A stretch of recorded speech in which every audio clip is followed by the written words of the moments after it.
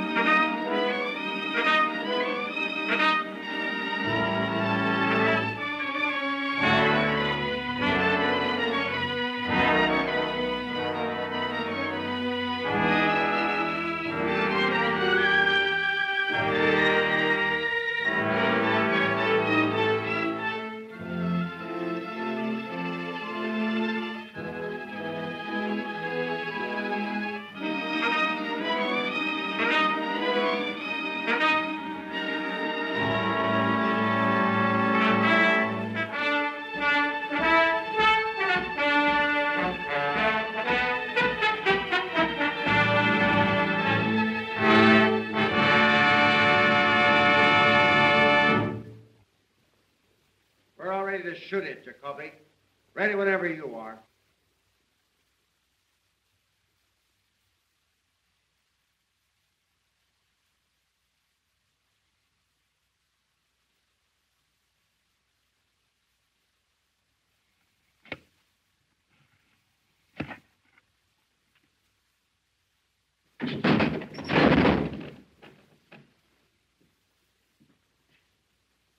Hey, Henry. The rope you gave us for that last hanging danced that guy up and down like he's on a rubber band. Williams only weighs 134. Adding a couple of pounds for breakfast the way those guys always eat, that brings it up to 136. Keep it up and you'll get the spring out of it. We want this one's neck broke. All right.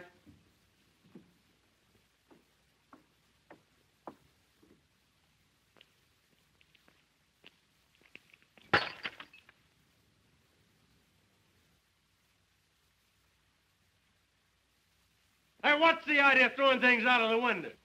Quit playing with that gallows. How do you expect us to do any work? Well, you cut that yelling. I'll get the sheriff after you bums. Ain't much respect for the press around here. How's the wife? Any better? Worse. And me having to hang around all day and all night waiting for him to hang that cuckoo. It's hard work, all right. Crack it for a dime. Hey, Schwartz, what do you do? Why me? What time is it anyway? 4:30. Stay. Me too. These cards are like wash rags. Let's chip in and get a no deck. These are good enough for me. I'm 80 cents out already. Favor 1059. Hey, take this phone. Ernie, you ain't doing anything. Oh, are you guys crippled or something? Criminal Courts Building, press room. Just a minute, please. Hello, Sarge. McHugh. Yeah, iPhone. Anything doing? All right. Thank you, Sarge. To John. Say, Ernie, why don't you take your instrument into the library and play it?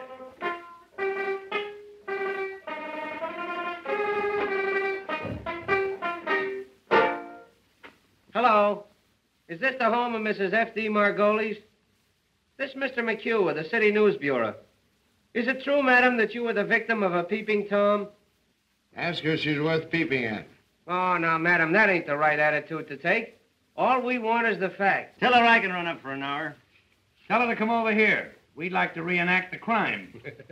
Just a minute, madam. Is it true, Mrs. Margolis, that you took the part of Pocahontas in the Elks pageant 7 years ago?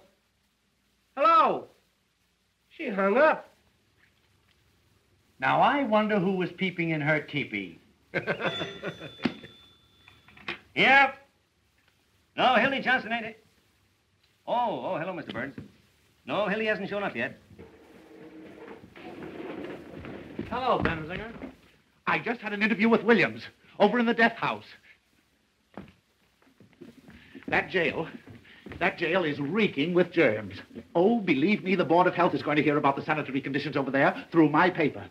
It's amazing to me that those prisoners can live long enough to be hung. What's the idea, Mac? Say, is that the only telephone in this place? It's the only one with a mouthpiece. How many times have I got to tell you fellas to let my phone alone? You want to talk through a mouthpiece? Go and buy one, like I did. Whitney, 9,000. The germs of the mouth are the most contagious, the most malignant. Practically, they're the Oh, most... shut up, Listerine. Whitney, 9,000. What is this, a hospital? Yeah, Roy, how's your pimple coming along? Hello, Sarge. McHugh. Anything doing? Say, you don't have to use my desk for a garbage can either. Say, how would you like to quit stinking up this place with those antiseptics? Anything new on the hanging, Bensinger? My deal, ain't it? Hey, Zonite. What is it? Question before the house. Gentleman wants to know if there's anything new on the hanging. Nothing special. Did you talk to the sheriff? Why don't you get your own news? Somebody ought to see the sheriff. Criminal Courts press room. No, Hildy Johnson ain't. Oh, yes, Mr. Burns. Why, I know, Mr. Burns. Yes, Mr. Burns. Goodbye, Mr. Burns. Walter Burns for Hildy again. Something must have happened. I'll tell you what's happened. Hildy's quit. Oh, nurse. Hildy? Why, he can't quit. He's a fixture on the Morning Post. Yeah, he goes with the woodwork. Well, he told me he was going to quit. Say, listen, Walter Burns wouldn't let him quit. He'll find a way to keep him somehow. Remember what he did to Fenton when he wanted to go to Hollywood? Yeah. Got him into a fight, then had him thrown into jail for assault and battery. Give me a rewrite. Well, if he ain't quit, why ain't he here covering the hanging? I wish I could quit. Hello, Emil. Ready? Dr. Irving Zobel. Z for zebra, O for onion, B for baptized, E for anything, L for, Oh, don't tell him, anybody. L for Listerine. With offices at 1608 Inverness Avenue. Well, this bird was arrested tonight on complaint of a lot of angry husbands. They say he's been treating their wives with electricity at $1 a crack. Oh, the electric teaser's in again. I understand he massages them, too. Well, anyway, this doctor's being held for malpractice, and the station house is full of his patients claiming he's innocent. But from what the husbands say, it looks like he's a Lothario. All right. Maine, 6800. Press? No, Mr. Burns. Hildy Johnson. I'm not lying, Mr. Burns. Walter acted like he was having a hemorrhage.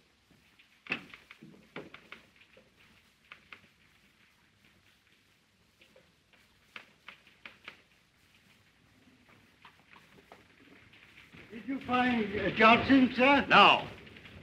Then I'll have to put another man on the job. In your hat, Duffy.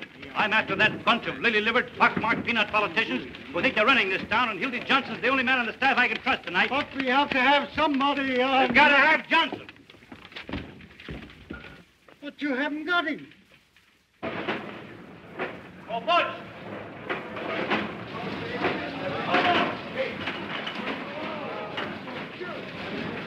Oh, Butch, I want Hildy Johnson. Hildy! Tell the boys of the downtown deliveries to find them and fast. $50 to the man that brings them in. Where's Diamond Louis? Right there.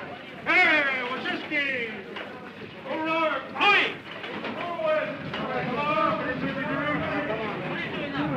Hey, Louis!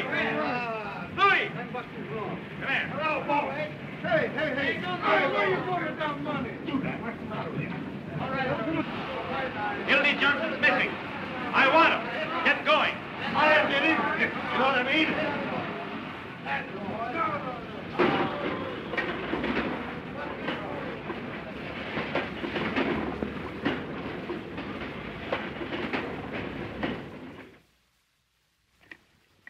Hildy Johnson here? He's on the wagon. Well, I ain't. You remember me? I was here last night with Mr. Benchley. Mr. Benchley's still here. Good. Hello, Louie. Hello, baby. Oh, he's not. You seen Hildy Johnson? I haven't seen that newsie in months. Hello. Hello, baby.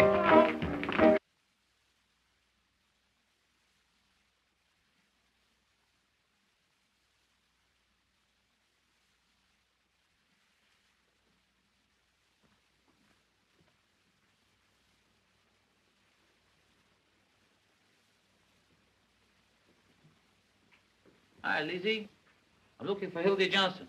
Why? Walter Burns wants to see him. And I want to see Walter Burns. What for? $2.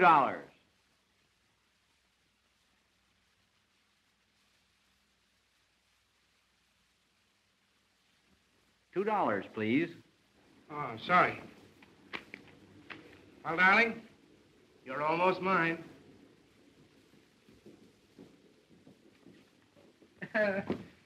Honey, I'd write the society notes to get a look at Walter Burns' face when he hears of this. Oh, I'd write him for a year to see when he hears I'm getting married. I'd write him for 2 years to get a load of what he says when he hears I'm leaving this town for that New York. What's the matter? Oh, so that's why you got that. Walter Burns. That's why you're going to marry me, Walter Burns. That's why you're going to New York, despite Walter Burns. Oh, honey, you're crazy. Now, listen. Dear, did you ever come up out of a sewer?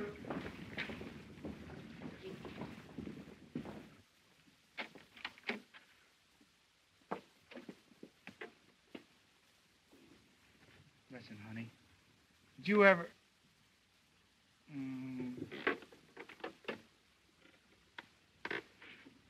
Did you ever come up out of a sewer and have the cool, fresh air hit you? Well, I did. And, honey, you're the cool, fresh air. You've made a fresh air fiend out of me, dear. And I'm not going back there unless you send me. Then, Hildy, you go right up to Walter Burns and resign. What, and have him get his hands on me? That's why I've been hiding out at your place, to keep away from that double-crossing maniac. Tell you what I'll do. I'll resign by phone and to get a look at that snake's face. Oh, no, you don't. Here. What, 500 and in one bill? Uncle sent it to me for a wedding present. I wasn't going to give it to you until we got there. But you take it, and after you take me home, you get the ticket. Instead of getting married tonight, we'll be married tomorrow. Instead of going to New York tomorrow, we'll go to New York tonight.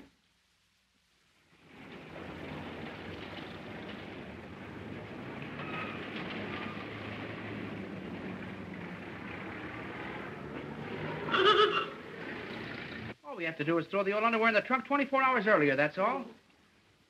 What is it, Mother? Do you know what I think? What? I think you must be a sort of irresponsible type, or you wouldn't do things this way. Now, Mother, you stop picking on my Hildy. He didn't do one blessed thing to help our getting away. You better get busy. Okay.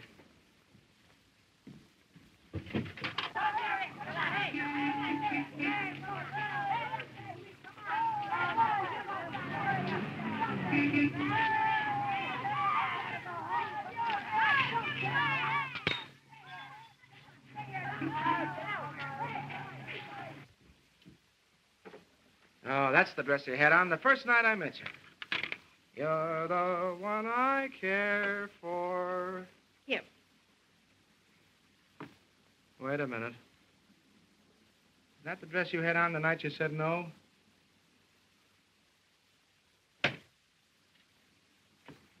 Come here.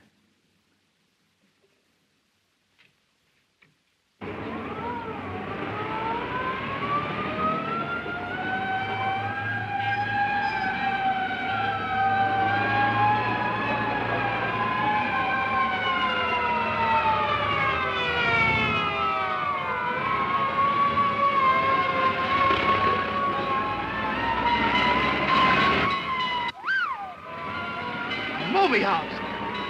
Boy, this could be another Iroquois theater disaster. Baby, if I only had a camera with me. Full page of pictures. Frightful carnage, snap of the Morning Post, Foley fire exits, execute hundreds, expose of theater owner, starting of the Morning Post, city board to investigate. Oh, what a chance, what a chance. Listen, honey, we're going downtown and get those tickets, see if the mother gets a lure. See you later. But Hildy. Hello, Hildy. I'd like to have a little talk with you for about 15 minutes. No, not a chance, Walter. I'm busy. Not too busy to be playing around the neighborhood turning in false fire alarms. What? Hello, Mac. Hello, Mr. Burns. All right, Walter.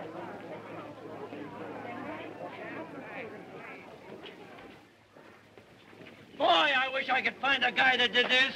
I'd make that box his tombstone. Well, aren't you going to ask me how I found out where you were? Yeah, big scoop with everybody in the county building working for you.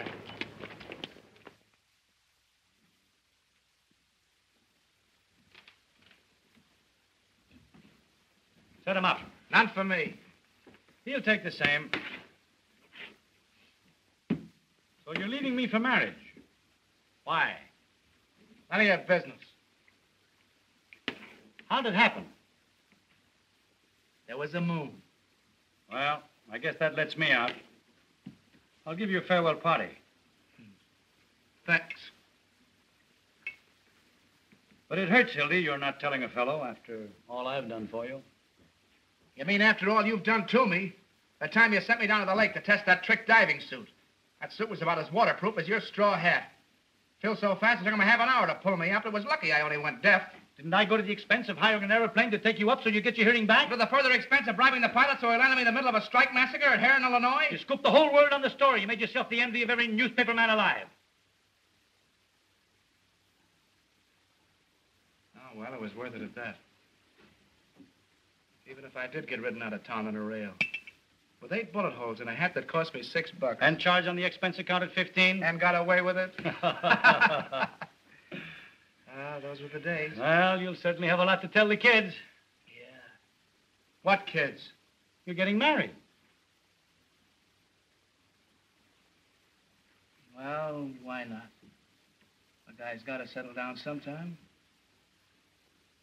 Get a home and wife. And you say it's kids that hold it all together. That's right. I never was big enough to let a nice girl reform me so I could stay in a 2-room love nest at nights for the wife and kids while the fellows were out having a lot of fun. Oh, marriage does make a respectable citizen out of a man. It must be grand. You never have to worry about a place to go. You always know where you're going. Home. None of this idiotic jumping around at all hours and having to be on the inside of all the crazy excitement in this town. Ah, dear.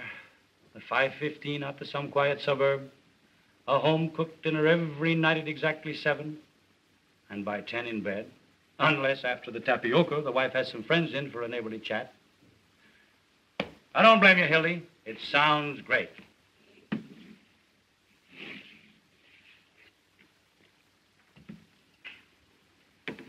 Excuse me a minute, will you?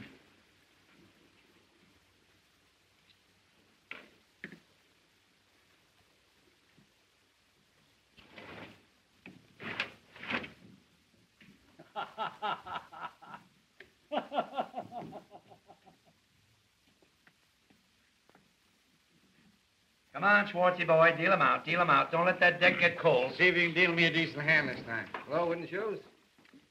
Any news? I just been over to the death house. Did you hear what Williams said to the priest? Oh, forget it. Yeah, I know. The paper's full of the hanging. We ain't got room for the ads. What did William say? He said that he... What do you do, boy? Say, come on, ante up, Ante up, I've man. anteed twice already. He said to the priest that he was innocent. He'll start crying in a minute. Why don't you send the poor nut some roses like that girl of his, Molly Malloy? Oh, now there's an idea. Yeah, you know, she thinks he's innocent, too. Oh, you fellas don't understand. Now, Before I you thought go on, Wooden Shoes, would you mind running down the corner and getting me a hamburger sandwich? That too. 3 cards. Personally, my feeling is... Make that 2 hamburgers like a good fellow. Now, my feeling is... Yeah. that Williams is of the dual personality type. Yeah, I know. Like the Dolly sisters. Yeah, that's right. Tell it to the Tribune. I'll raise you. I'll raise you. What do you do? It's on account of the way his head is shaped. It's a typical case. Sure. Ask him to put a lot of ketchup on them sandwiches. That beats me. I thought you fellas might be interested in the psychological end. Make mine plain lettuce on gluten bread. Get me a sandwich, too, Wooden Shoes. First one I got tonight. What do you got? Where am I going to get the dough for all these eats? Oh, charge it. You got a badge, haven't you? What's that good for? 4 hamburgers. And a lettuce. On gluten. Oh, hello, Mr. Burns. Why, no, we haven't seen Hildy. Hiya, slave. Why, you bet. He's got a shave. It's Walter Burns on the wire. Talk to him, will you, Hildy? Tell that paranoiac to take a sweet kiss for himself. Come on, Ernie, sound your A. Goodbye forever. Listen, Hildy, will you do me a personal favor and talk to Walter? He's called up about 9 million times. What's the matter, Hildy? Are you afraid of him? I'll talk to that maniac with pleasure. Hello, Mr. Burns. What's that, Mr. Burns? Why, your language is shocking, Mr. Burns. Say, listen, you crazy baboon. Get a pencil and paper and take this down and get it straight, because it's important. It's the Hildy Johnson curse. The next time I see you, no matter where I am or what I'm doing, I'm going to walk right up to you and hammer on that monkey skull of yours till it rings like a Chinese gong. Ouch. That's telling them. Listen. No, I ain't going to cover the hanging. I wouldn't cover Washington crossing the Delaware for you if he did it all over again.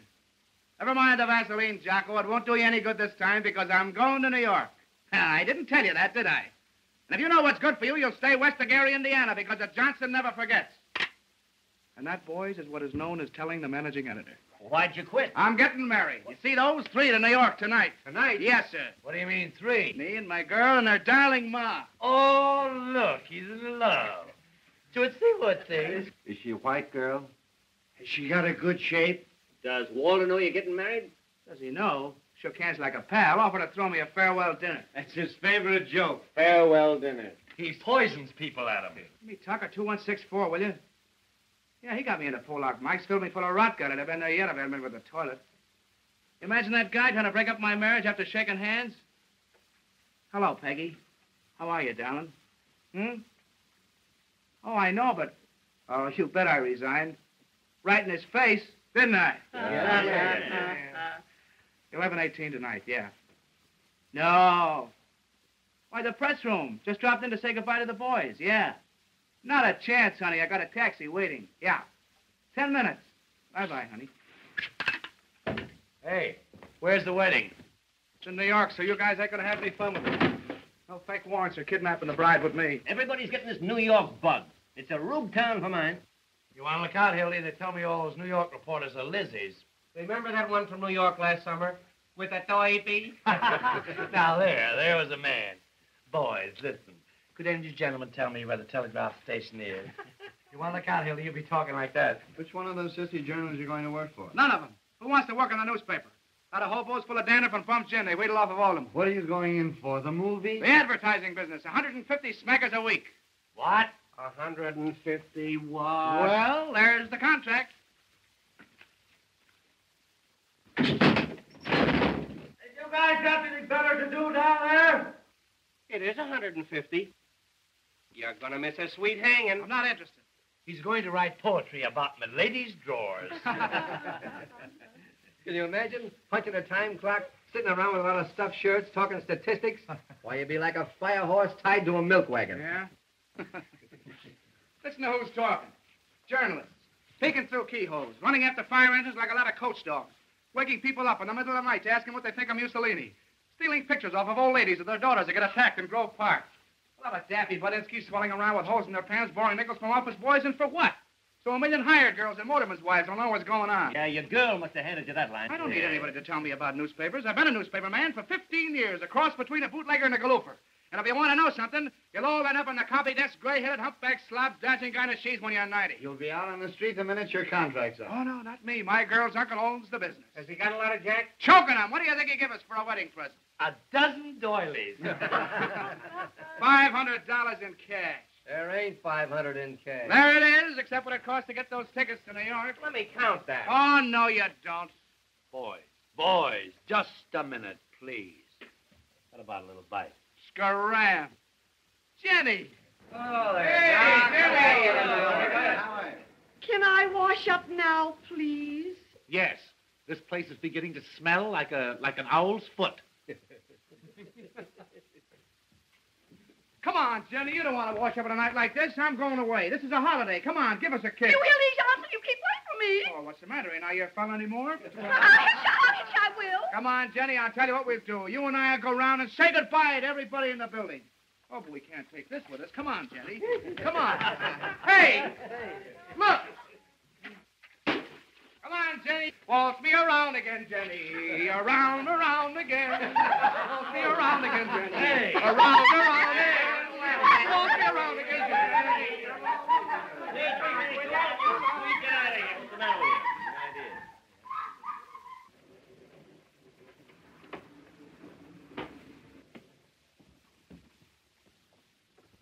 Look here, fellas. Hi, Sheriff. Any news? Who jumped that out of this window? We promised not to tell. Who threw it? Judge Mankiewicz threw it. He was in it with his robes on, playing fireman. Come on now, fellas. I know who it was. It was Hildy Johnson, wasn't it? Where is he? Out with a lady. I swear I don't know what to do with you boys. I've a darn good mind to take this press room away from you. Damn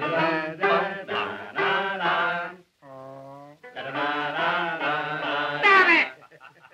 Wouldn't that be too bad? The place is so full of cockroaches you can't walk. Personally, I don't give two hoots. But how do you suppose it looks to have a lot of hoodlums yelling and throwing things out of the window? Besides, there's someone in that death house. How do you suppose he feels listening to all this revelry? A lot you care how he feels. We're doing everything possible To get your whole ticket reelected next week. Yes, when Williams drops through that trap tomorrow, it means 1 million votes. Can we help it if the people rise to support this administration, stand against the Red Menace? Personified by Mr. Earl Williams, the guy who loses the job he's held for 14 years, joins a parade of the unemployed, and because he's goofy from lack of food, waves a red undershirt. Williams is a dangerous radical, and he killed a policeman. Williams is the poor bird who had the tough luck to kill a colored policeman in a town where the colored vote counts. And They're hanging Danny Deaver in the morning. You! Keep your shirt on, Picky. And I don't want to hear any more of that pinky stuff. I got a name, see? Peter B. Hartman. Stop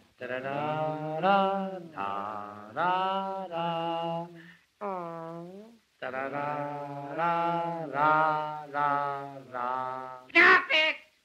Pink. How's that look to the voters? Like I had sore eyes or something. just a minute, fellows. Just a minute. Now, Pete, how about the favor that certain party is asking? Once and for all, will you hang this person at 5 a.m. instead of 7? It can't hurt you, and we can make the city edition. Roy, you can't hang a fellow in his sleep just to please a newspaper. No, but you can keep postponing the hanging so it'll come just before the election. Yes. With this new alienist coming in, how do we know there'll be a hanging? Yes. What if this professor finds he's insane or something? Yes. He won't find he's insane. No? No, because he ain't. Williams is as sane as I am. Saner. Yes. Now, here's a resume of the situation. The newspapers have got to put their shoulders to the wheel. What do you do, gents? They've got to impress on these Bolsheviks that a death warrant for Earl Williams is a death warrant for every bomb-throwing un-American red in this town. This hanging means more to the people of this fair city today I bet so. Paul. Drop. That's a statement, Jimmy. Why don't you go home? All right, you'll just get scooped. We're going to reform the Reds with a rope. That's our slogan. You can quote me if you want to. Sheriff Hartman pledges... Oh, Peoria, we've been printing this chestnut for weeks. Ain't you going to use that? Sure. Give me the desk.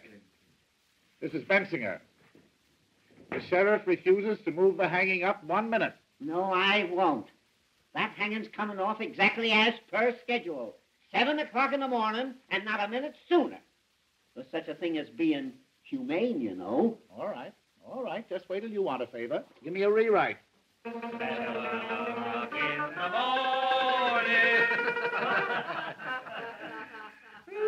Boy. Jake, you lead on the hanging.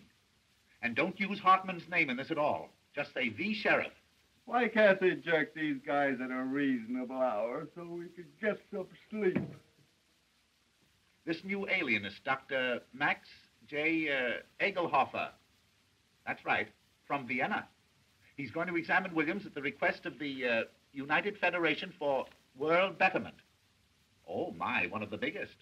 Author of that book, The Personality Gland. And where to put it? Bet a dime. Just autographed a copy for me. Did he bite his initials in your pants, too? Wait. There's more. That doctor's the 14th pair of whiskers they send in on this case. Those alienists make me sick. All they do is tickle you, then send you a bill for $500. Give me the desk. Now, here's the situation on the eve of the hanging. Hello, this is Murphy. More slop on the hanging. A double guard has been thrown around the jail, the municipal buildings, railroad terminals, and elevated stations to prepare for the expected general uprising of radicals at the hour of execution. Ready? Sheriff Hartman's just put 4 more hundred relatives on the payroll to protect the city against the Red Menace, which is leaving Moscow in a couple of minutes. Up a dime. Sheriff Hartman, the sheriff, has just received 4 more letters threatening his life, which he's going to answer by a series of raids. And to prove to the voters that the Red Menace is on the square, Sheriff Hartman has just written himself 4 more letters threatening his life. Yes, I know he wrote them on account of the misspelling. Drop. That's all. Oh, except the condemned man ate a hearty dinner. Mock turtle soup, chicken pot pie, hash brown potatoes, combination salad, and pie, a la mode. The doomed man ate a hearty meal as follows. Noodle soup, roast the beef, sweeter potato, cranberry sauce, strawberry pie, and a great big hunk of pastrami. Statement from who? The sheriff? Quote him for anything you want. He can't read. Kruger calling. Nothing new on the hanging. And say, Jake, get this in for me as a big favor, will you? The whole meal was furnished by Charlie Apfel, who, Apfel. No, A for adenoids, P for psychology, F for phenoment, E for epilepsy, and L for,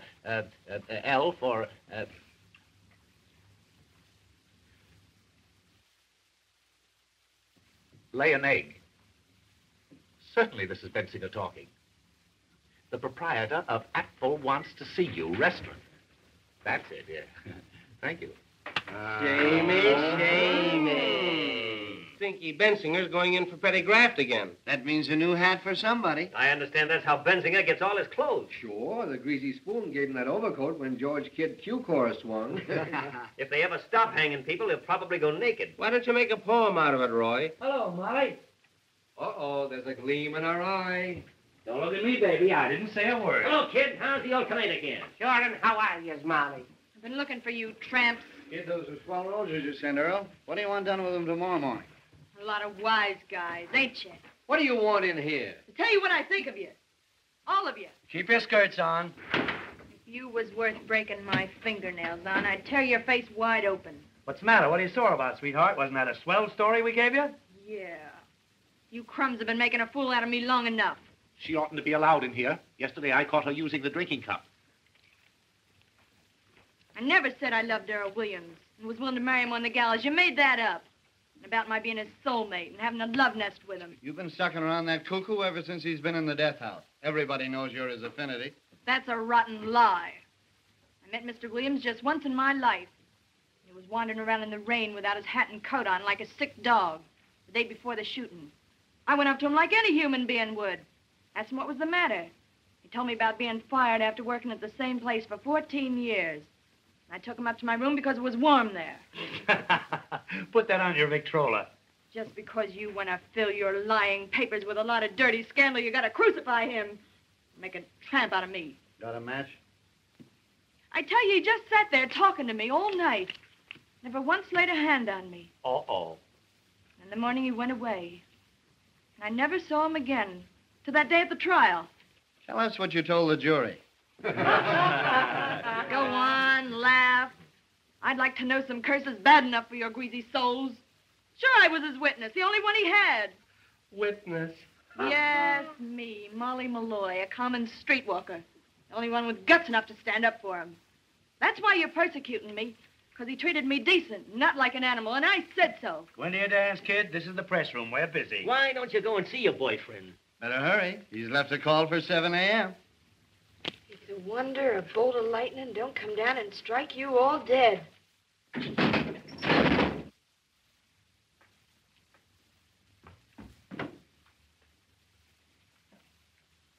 What was that? They're fixing up a pain in the neck for your boyfriend. Oh, what's the idea? Oh, now. Don't get hysterical. Oh, shame on you. Why, I didn't say anything. A poor, crazy little guy that never did anybody any harm. Sitting out there alone this minute with the angel of death beside him. And you cracking jokes. Say, listen, if you don't shut up, I'll give you something to cry about. Oh, keep your dirty hands off of me. Come on, outside, Are you Sam, crazy? outside, Get away from me, outside. will you? Get away from this with your greasy soul.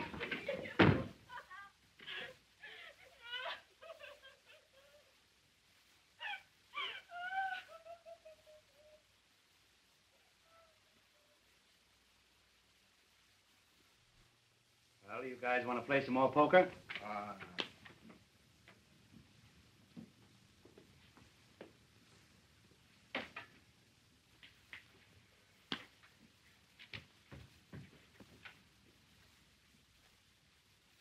Here now. Tickets for the hanging. 2 for each paper. What do you mean, 2? What do you want to do? Take your family?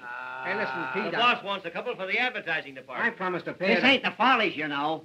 Oh. Big-hearted Pinky. I'm getting tired of your editors using these tickets to get advertising accounts. You got a lot of nerve. Everybody knows you use them to get in socially. Yeah, you had the whole Union League plug over at the last hanging. Trying to suck in with the swells, huh? I suppose you'll wear a monocle tomorrow morning. Now, boys, that ain't the way to talk. If any of you want a couple of extra tickets, I'll be more than glad to take care of you. But for goodness sake, don't kill it.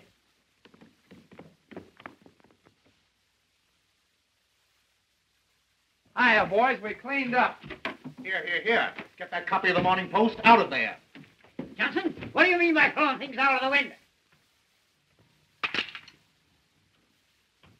Answer me. Who do you think you are? Who wants to know? You think that you and Walter Burns are running this town? Well, I'm going to send a bill to the Post tomorrow for all the wreckage committed around here in the last year. Now, how do you like that? That's swell. You know what else you can do? What? Yes. You stick your nose in this building tomorrow, and I'll have you arrested. Well, that's almost worth staying for. And I'll tell you something else, and you can pass it on to Walter Burns. The Post get no tickets for this hanging on account of the lies that they've been printing. Say, listen, you pot roast. If I want to go to your hanging, I'll go, see, and I'll sit in the back. Oh, no, you won't. I only have to tell half of what I know. You don't know anything. I happen to know who occupied room 602 at a certain hotel the night before the last hanging. Uh-oh. That hotel crack just doubled them up.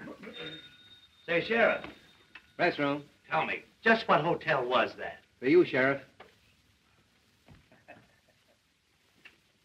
Sheriff Hartman talking. Oh, hello, dear. But the Irma. No, I can't come home. I got too many things to do first.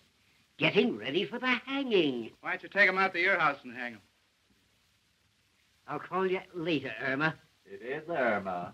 I gotta see an alienist. No, alienist. Not for me, for Williams.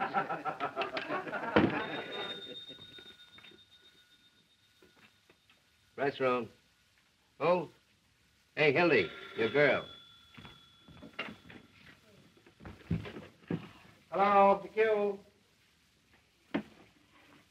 Hello, Peggy. How are you, darling?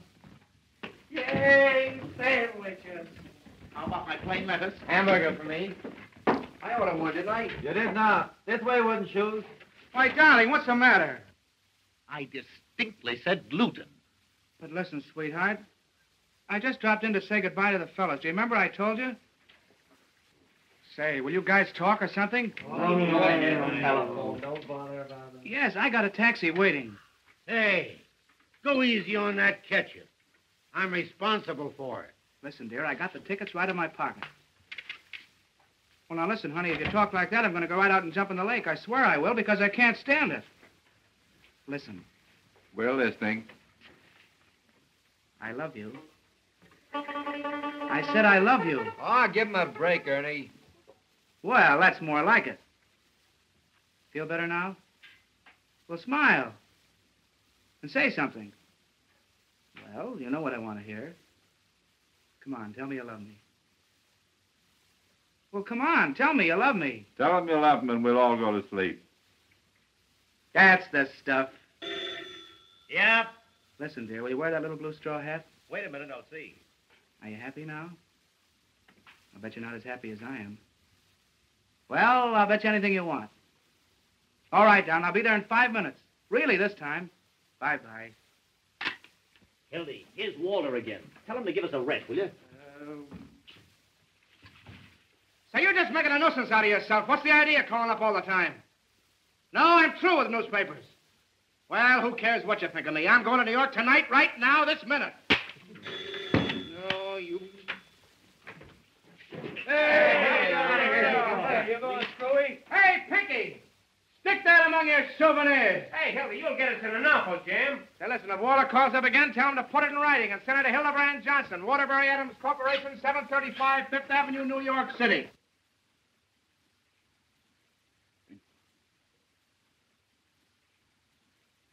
Please, Sheriff. Huh? Please. Oh, excuse me, Professor. I ain't afraid to die. I ain't afraid. Don't work too much the first day, kid. Goodbye, Jansen. I'll drop you a line, Hildy, and let you know what Walter says. So long, Hildy. Be careful of that treacherous New York weather, Hildy. So long, tramp. Don't forget to send us a postal card. Don't forget to drop in and see us if you ever come back, kid. Well, we see you again, Hildy. Riding in a Rolls Royce, giving out interviews on Successy.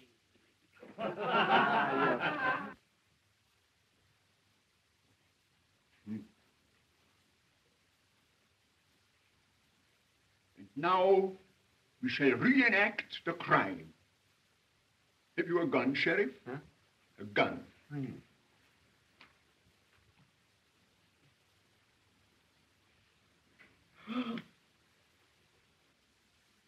Now, think that I am the policeman.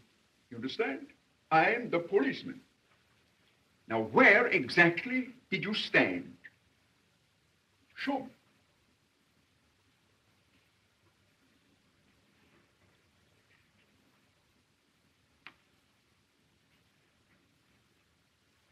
Hey, Hildy, I hope you got a return trip ticket. You'll be back next week. And then what did you do? Dementia precox. Goodbye, you wage slaves. When you're crawling up fire escapes, getting kicked out of front doors, eating Christmas dinners in one-armed joints, don't forget your old pal, Hildy Johnson. As the road beyond unfolds...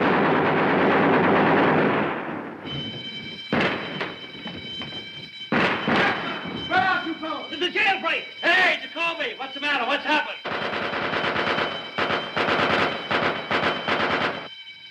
Look out where you're aiming, will you? Watch the gate! I'll be trying the gate! Who got away? Who was it? Williams! Williams! Hurry. Hurry up. This is important. Give me the desk. Jailbreak! Call you back! Williams just escaped. Call you back. I don't know yet. Look out! Williams just went over the wall. Look out.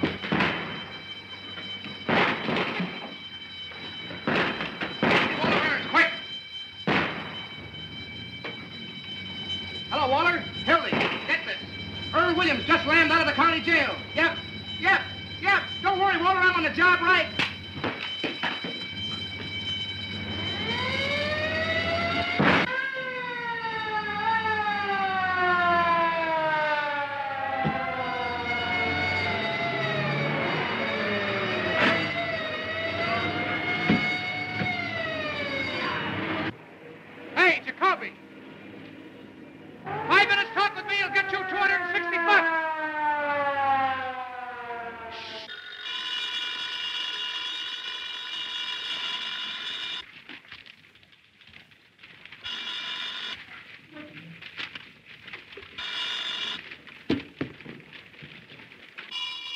Endicott. No, I tell you, no one knows where he got the gun. He ran up 8 flights of stairs to the infirmary and got out through the skylight. He must have slid down the rain pipe to the street. Murphy, give me the desk. Yeah, no one knows where he got it. Call you back. No clue yet to Earl Williams' whereabouts. The Crime Commission is offering $10,000 reward for the capture of Earl Williams. Call you back. Hello. Here's a feature for you. Tear bomb. Yeah, tear bomb. Criminals cry for it. If the mayor wants me, he knows where I am. This bomb went off accidentally in the hands of Sheriff Hartman's bombing squad. What went off? The following deputy sheriffs were taken to the emergency hospital. A fine fair weather friend you are. Benny J. Glazer. After all I've done for you. Herman Wallstein. Things like that in the paper. Sidney Matsburg. That's gratitude for you. Danny Koo. Kruger calling. McHugh, give me the desk. A man answering Williams' description was seen boarding a southbound Cottage Grove Avenue car by motorman Julius A. Lindbergh. Sidelights on the manhunt. Yeah, Lindbergh. I thought it'd make a nice feature on account of the name. Mrs. Richard Watts, Jr., age 55, scrub lady. While at work scrubbing the 8th floor of the Commerce Building, was shot in the left leg by one of Sheriff Hartman's special deputies. I'll rush right after There goes another scrub lady. Any dope yet on how he got out? All I can get the sheriff, let him out, says he can vote for him. Where do you suppose Williams got that gun? Give me Walter Burns, quick.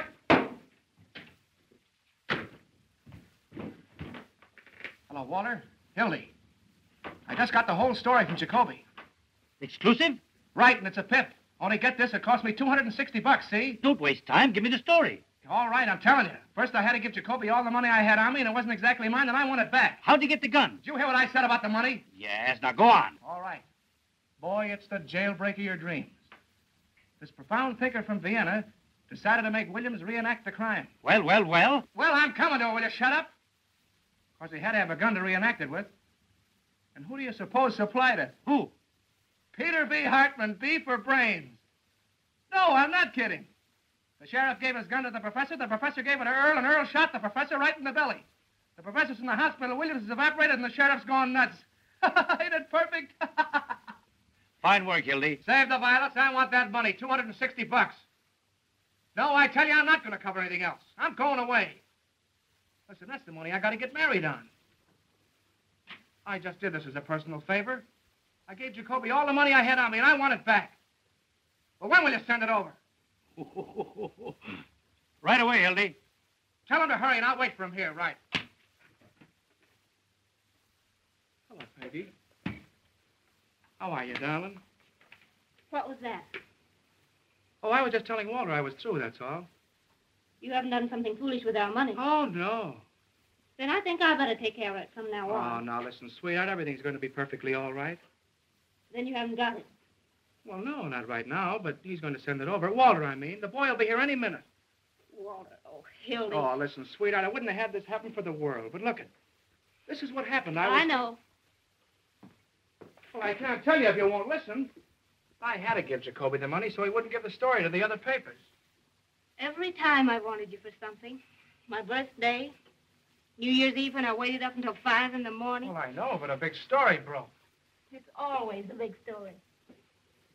The biggest story in the world. And the next day everybody's forgotten it, even you. Oh, what do you mean, forgotten? That was the Clara Hammond murder on your birthday. Oh, for heaven's sake, honey, it won't hurt to wait just a few minutes, and the boy's on his way with the money now. Mother's downstairs in a taxi cab. I'm just ashamed to face her. If she knew about that money, it's all we've got in the world, Hildy. We haven't even got a place to sleep except the train. Listen, honey, I'll tell you what we'll do. You and Mother go and have the baggage checked. There are the tickets. You mean you're not coming? Well, yes, I'm coming. I'll meet you at the information booth. It's all that Walter Burns. You simply can't resist him. Him? I wouldn't raise a finger if he was dying. McHugh talking. Oh, hello, Mac. Dear, this is Mr. McHugh. Mac, this is my girl. Pleased to meet you. Here's a feature on the manhunt that'll knock you right on your... Excuse me, miss. Wait a second. Mrs. Phoebe DeWolf, 861½ South Euclid Street, colored. Well, she became the mother of a pickaninny in a patrol wagon with Sheriff Hartman's rifle squad acting as nurses. Oh, you should have seen them, miss. Well, we put our things in the car, dear. Well, Phoebe was walking along the street when all of a sudden she began... Right. So the police coaxed her into the patrol wagon and started a race with the stork. When the baby was born, they examined him carefully to see if it was Earl Williams, who they knew was hiding somewhere. They named the baby Peter Hartman DeWolf in honor of the sheriff. And they all pitched in $1 apiece on account of it being the first baby ever born on a manhunt. Wait a minute. Here's the mayor himself. Maybe there's a statement. Don't pester me now, please. I have a lot on my mind. His honor won't say anything. Have you seen Sheriff Hartman? No. What effect's this jailbreak going to have on the colored voters? Not an iota. In what way can an unavoidable misfortune of this sort influence the duty of every citizen, colored or otherwise? Ah, Your Honor. Tell me, is there a red menace or ain't there? Hartman, I've been looking for you. So have we. What's the dope, Pinky? Who engineered this getaway? Well, just a minute, fellas. We got him located. Williams? Where? Where he used to live. The rifle squad just starting out. You can catch him if you hurry. Hey! I want to talk to you. I ain't got time, Fred. Honest, I'll see you after. Hey! Did you actually give Williams that gun? Well, the professor asked me for it. I thought it was for something scientific. Hey! Kruger calling. Here's a red-hot statement from the governor. The governor claims the mayor and the sheriff have shown themselves to be a couple of 8-year-olds playing with fire. Quote him as follows. It's a lucky thing for the city that next Tuesday is election day, as the citizens will thus be saved the expense of impeaching the mayor and the sheriff. That's all. Hi, Your Honor. Pete, I've got a mighty unpleasant task to perform. Fred, you're just going to get me racked. I've already sworn in 400 deputies. Do you want to bankrupt this administration? But I'm getting them for only $12 a night. $12 for those romantic uncles of yours? Out there shooting up everybody they can see for the fun of it? But, Fred... Pete, you're through. Now, don't appeal to my sentimental side. I don't know what to say, Fred. A thing of this kind almost ruins a man's faith in human nature. Pete! And our families, Fred. I've always looked on Bessie as my own sister. If there was any way out. But there is a way out. Just give me a couple hours, will you? Hello? 400 suppers? Nothing doing. This is a manhunt, not a banquet. That $12 covers everything. That gives you an idea what I'm up against. We're up against a lot more than that with that nutty slogan you invented. Reform the Reds with a rope. There ain't any Reds, and you knew it. Well, why go into that now, Fred? The slogan I had was all we needed to win. Keep King George out of our city. Sheriff Hartman in there. It's for me. I'm Sheriff Hartman. You looking for me? You certainly are a hard man to find. Huh? I've been. What do you want? I'm a messenger at the State House. This is from the governor. What's from the governor? The reprieve for Earl Williams. For whom? Earl Williams, the reprieve. And the governor gave me his word of honor that he wouldn't interfere 2 days ago. And you fell for it. Pete, it frightens me what I'd like to do to you. His name. He's gone.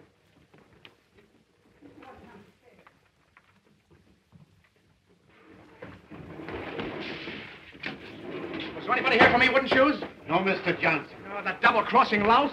Now, it's all right. Don't worry. We just want to ask you a couple of questions. The trouble is nobody's using the right psychology of... You got $260? No, sir. But I got a way of making it. And more. Searchez la femme. What? Who is it that's been defending Williams? Hanging around him. Oh, I ain't got time for that drip. I gotta get $260 in the next 5 minutes. It'll take longer than 5 minutes to get it. I know where Williams is. Sure, he's out getting his head blown off by the rifle squad, but they don't get me my dough. He's with that girl, Molly Malloy. That's where... Ah, shut up. Remember, you never delivered this. You got caught in the traffic or something. Now, don't let anybody see you. Yeah, but how am I going to know? Come and see me at my office tomorrow. What's your name? Pincus. All right, Mr. Pincus. All you got to do is to lay low and keep your mouth shut. Here. You go to this address. nice, homey little place, and You can get anything you want. tell him Fred sent you. Okay, Fred.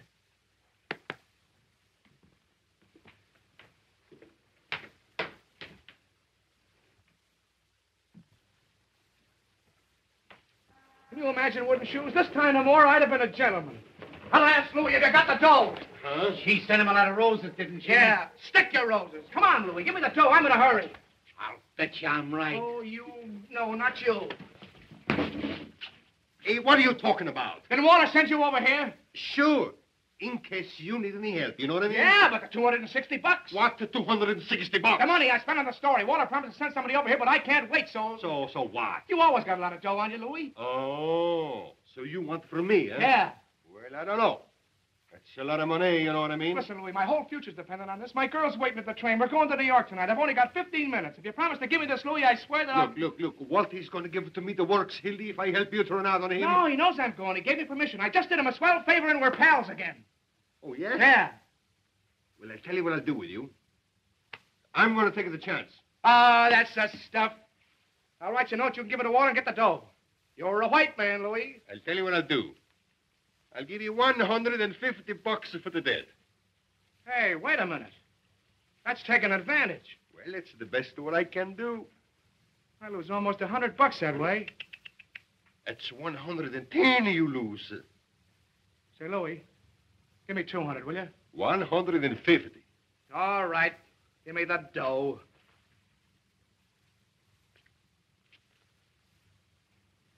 Hey, look. What he says on there. Read it, you mug. Oh, sure, that's all right. Well, goodbye and good luck.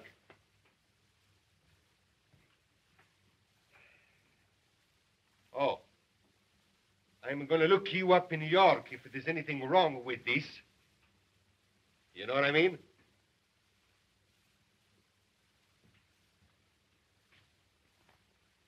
$10, $20, $30, $40, $10, $20, $30, $35, $10, $20, $30, $40, $10, $20.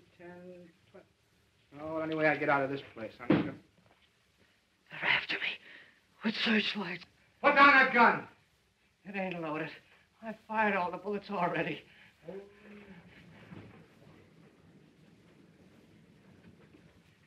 I surrendered. I couldn't hang on that roof any longer.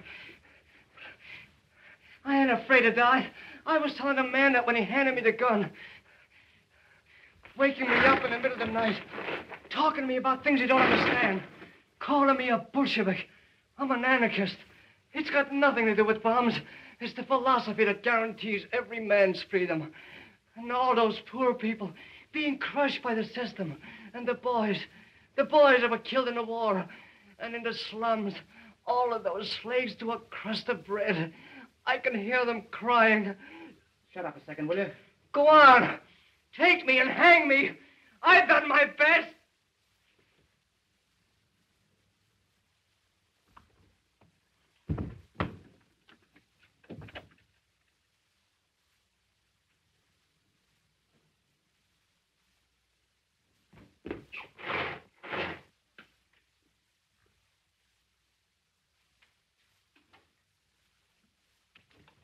Give me Walter Burns, quick.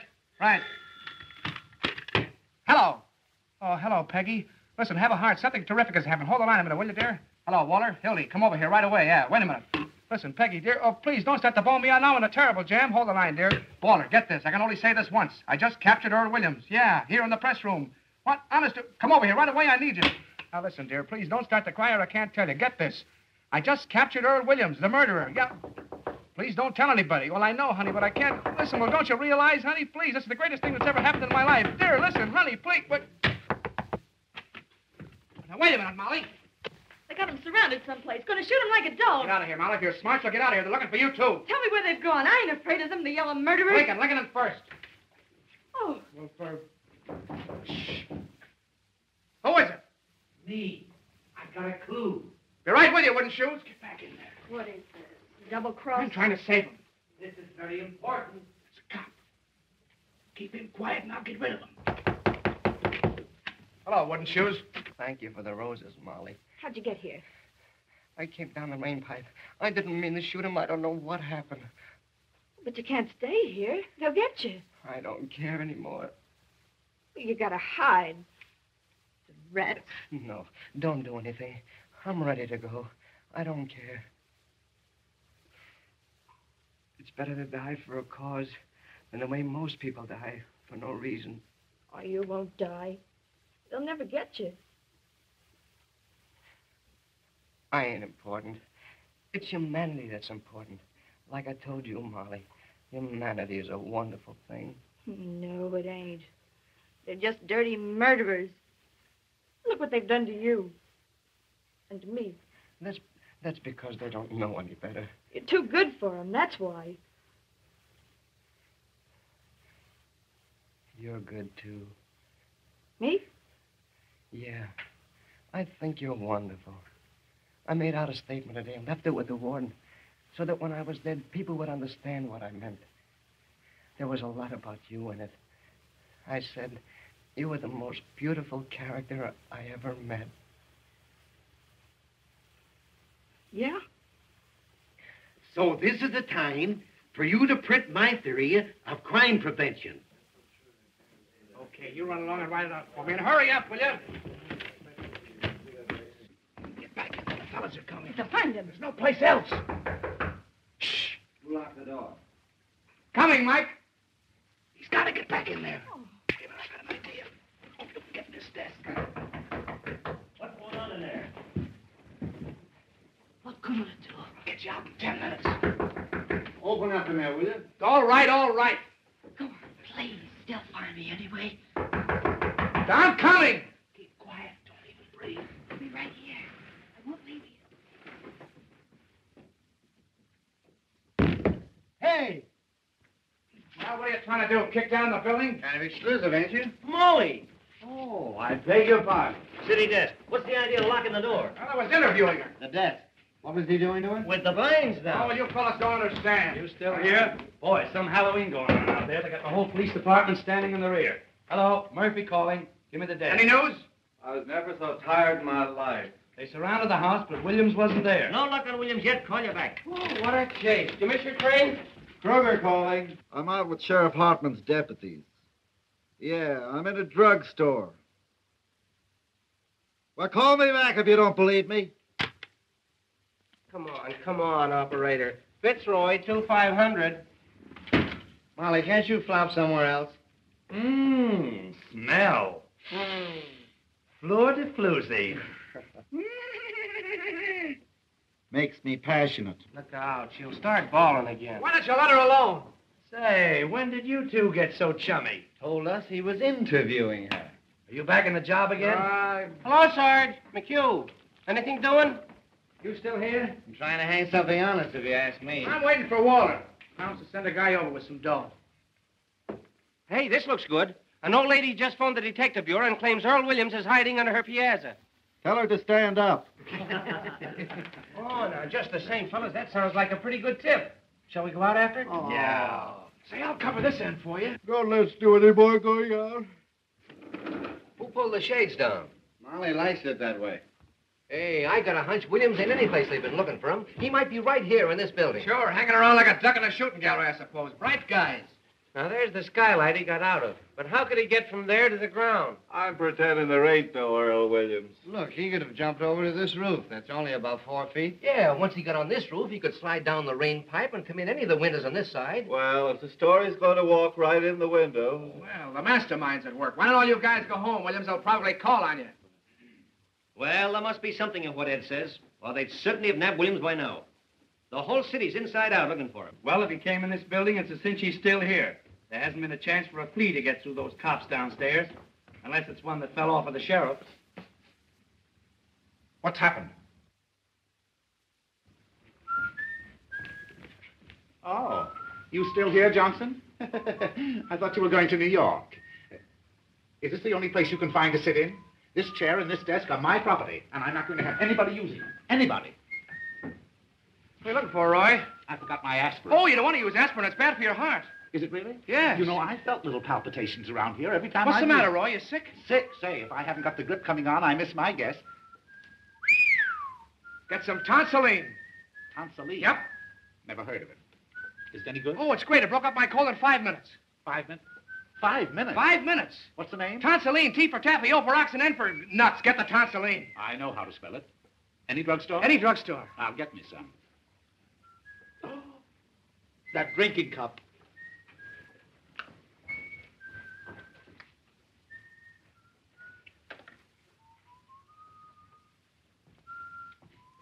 Water get here. With my dough. Hey, speaking about dough, there's a 10 grand reward for this guy, Williams. Let's get the cops and search the building. What do you say? Wouldn't it be funny if we found him right here in the building? Well, supposing he is here in the building. The cops will grab the reward. We wouldn't get a smell. That's right. I'll tell you, we'll all grab a floor. Whoever gets him, we'll split the reward. I'll stay here. I don't know about that. Getting my sunset blown off. Well, what else is it good for? Besides, he can't hurt anybody. Oh, come on, Max. Well, Hello, Mother. Don't you mother me. If you've got anything to say for yourself, after keeping us at that station all this time, you come downstairs and say it to Peggy. Tell Peggy I'll be there in 5 minutes. No, sir. I don't move out of here without you. And I already told Peggy Oh, that I know. Something gibberish about a murderer. No, I don't care if you did catch him. You come with me this minute. I knew something stunk around here. Who says he caught him? What do you mean he caught a murderer? I don't know what she's talking about. I didn't say anything of the Yes, kind. you did. he never told her that. No, I said I was trying to save him. You see, Mother, you got it all balled up. What do you know about it? How do you know he did it? Go! Hildy and she were here together. Yeah. She's the one that knows. What do you mean? Sachez la femme. Where's Earl Williams? How should I know? Where is he? Who you holding out on? Come clean before we knock it out of you. Talking to me? Who are you trying to cross? Wait! You stool pigeons! He doesn't know where Williams is. I'm the one that knows. What do you mean you know? Go find out, you heels. You don't think I'm going to tell? We'll make you. Let her alone. She's goofy. She ain't too goofy to know where Williams is. Look out! Close the door. Oh, no, you're not getting out of here. Now where is he? Where you hiding? I ain't going to squeal. I ain't gonna. You gotta tell her. We'll shake it out of you. Want to have us call the cops and give you the boots? Come on, wouldn't you? Slap it out of her. Where is he? Before I hurt you. Don't you come near me, you kidney-butt. Keep away. Keep away from me. I'll knock your heads off. Put down that chair. Get around. Get on the side of No, him. you don't. You'll never get out of me. I'll never tell. Never. Grab her. Oh. Carl. Get me out. Carl, get him. Touch her. It's moving. She's alive. Stand back there. Don't touch her. Get the cops, wooden shoes. Come on, fellas. What is it? Oh, gee, the poor kid. What happened? Fell out of window. She's breathing. Give her air. Water, did you see that? Yes, where is he? She jumped out the window. I know. Where is he, I said? Anyway, she ain't dead. Come to, Hildy. Where do you get Williams? Huh? He's in the desk. Oh, the poor kid. Let me out. I can't stand it. Keep quiet. You're sitting pretty. What's the matter? Who's that? That's my girl's mother. What are you doing? Shut up. I won't shut up. That girl killed herself. You're doing something wrong. What's in there? Louis, take this lady over to Polak Mike's and lock her up. And see that she doesn't talk to anyone on the way. What's that? What's that? Take her out the back way. Tell Mike it's a case of delirium tremens. Listen, Warner, this will get me in a terrible jam. Oh, sure, anything you say, boss. Now, don't worry, Mother. This is only temporary. Where do you think you're going? I'm going to get my girl. Your girl. What are you, some puling college boy? Why, in time of war, you could be shot for what you're doing for less. Screw, there's your story. Smeared all over the front page. Earl Williams caught by the Morning Post and take all the credit. I covered your story and I covered it right. Now I'm getting out of here. Why, you drooling saphead, what do you mean a story? You've got the whole city by the seat of the pants. I know, but... You know, you've got the brain of a pancake. Listen, Hildy, if I didn't have your interest at heart, would I be wasting time arguing with you now? You've done something big. You stepped into a new class. What? Why, we'll make such monkeys out of those war dealers that nobody will vote for them, not even their wives. Expose him, huh? Crucify him. We're going to keep Williams undercover till morning so the Post can break the story exclusive. Then we'll let the governor in the capture and share the glory with him. I see. You've kicked over the whole city hall like an apple cart. You've got the mayor and Hartman backed against the wall. You put one administration out and another within. Why, this isn't a newspaper story, it's a career. And you stand there belly-aching about some girl. Well, yeah, I wasn't thinking about it that way, I guess. We were the white-haired boys, don't we? Why, they be naming streets after you.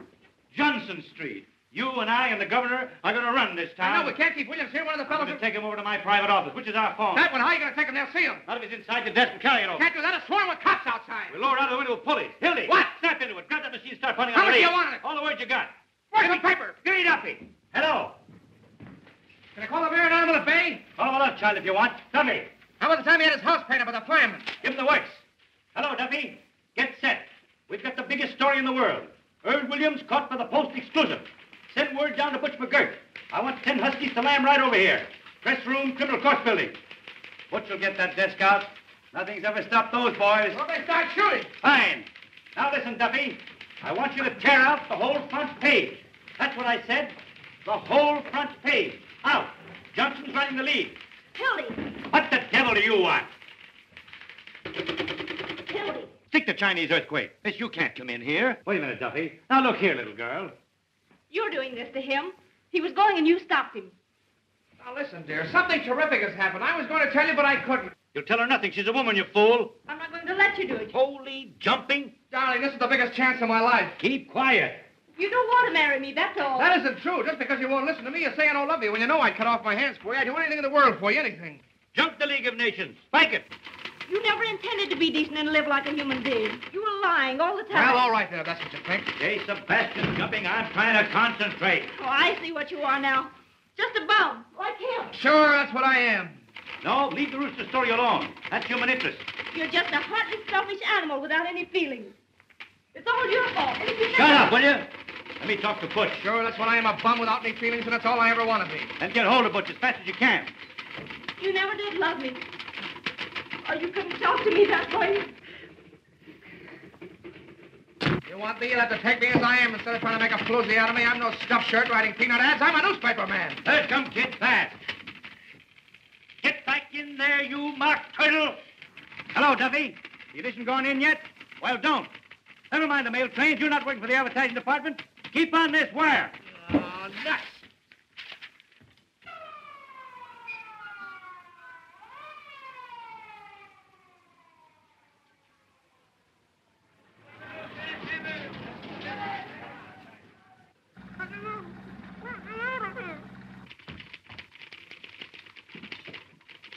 Duffy!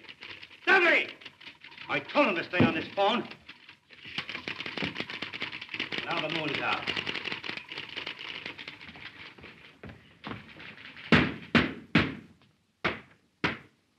Fine. 3 taps is me. Don't forget. You're sitting pretty now. Got enough air? That better? Climb in room, Hildy. Every punch below the belt. Hello. Duffy, where have you been? Never mind your diabetes. Keep on this phone. Listen. Did you insist on Butch to take a taxi? That every minute counts? You did? All right. Duffy's getting old. Where's Butch? He's on the way. Better hurry. The fellow's be coming back to phone.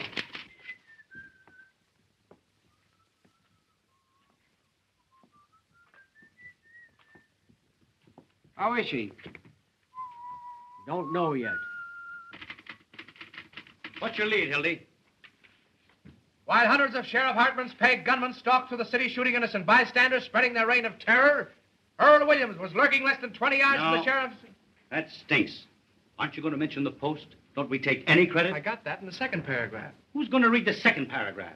15 years I've been telling you how to write a newspaper story. Have I got to do everything? Get the story? Write the story? Now listen, you crazy baboon. I can sneeze better newspaper stories than you can write.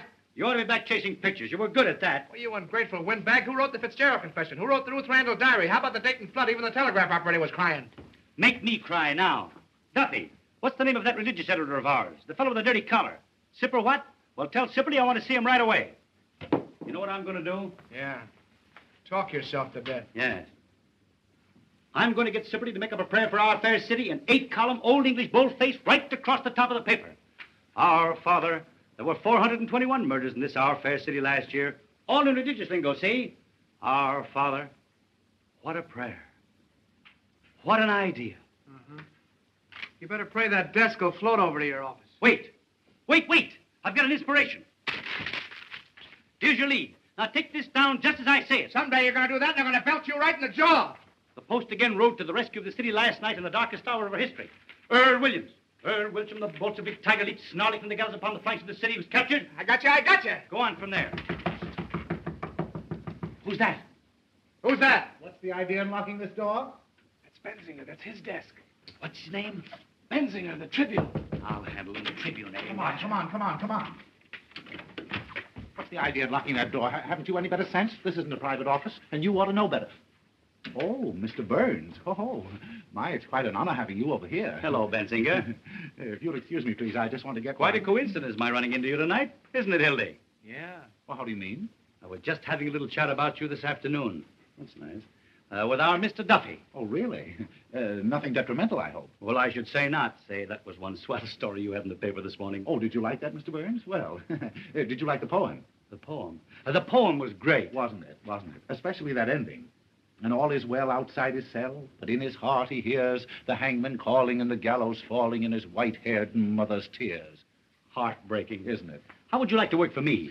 Well, what? We need somebody like you. All we've got over there now are a lot of lowbrows and legmen like Johnson here. Are you serious, Mr. Burns? My dear Bensinger. Duffy, I'm sending Bensinger over to see you. Mervyn, isn't it? Roy V. Of course. Roy Bensinger, the poet. Put him right on the staff. What are you getting on the Tribune, Roy? 75. I'll give you 100 in the byline. Give him everything he wants. Now hustle. Yes, sir. And write me a story from the point of view of the escaped man. He hides, cowering, afraid of every light, of every sound. He hears footsteps, his heart going like that. And all the time they're closing in. Get the sense of an animal at bay. Sort of a Jack London style. Exactly. Yes, sir. I wonder if you'll excuse me. I just want to get my rhyming dictionary. It doesn't have to rhyme. Oh, of course. Oh, I can't tell you, Mr. Burns, how terribly grateful I am. Yes, sir.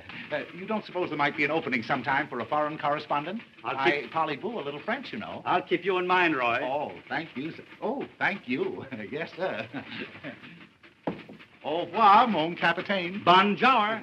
No. Oh, Jawa. Oh, yeah. White-haired mother's tears. Duffy, get this. A Tribune sneak is coming over to get a job. Bensinger, the fellow I told you about. Tell him to keep busy writing poetry. No, we don't want him. Handle him with kid gloves till he gets through. Then tell him his poetry stinks and kick him downstairs. Well, you double-crossing rat. That will teach him not to quit his job without giving notice. Taxi!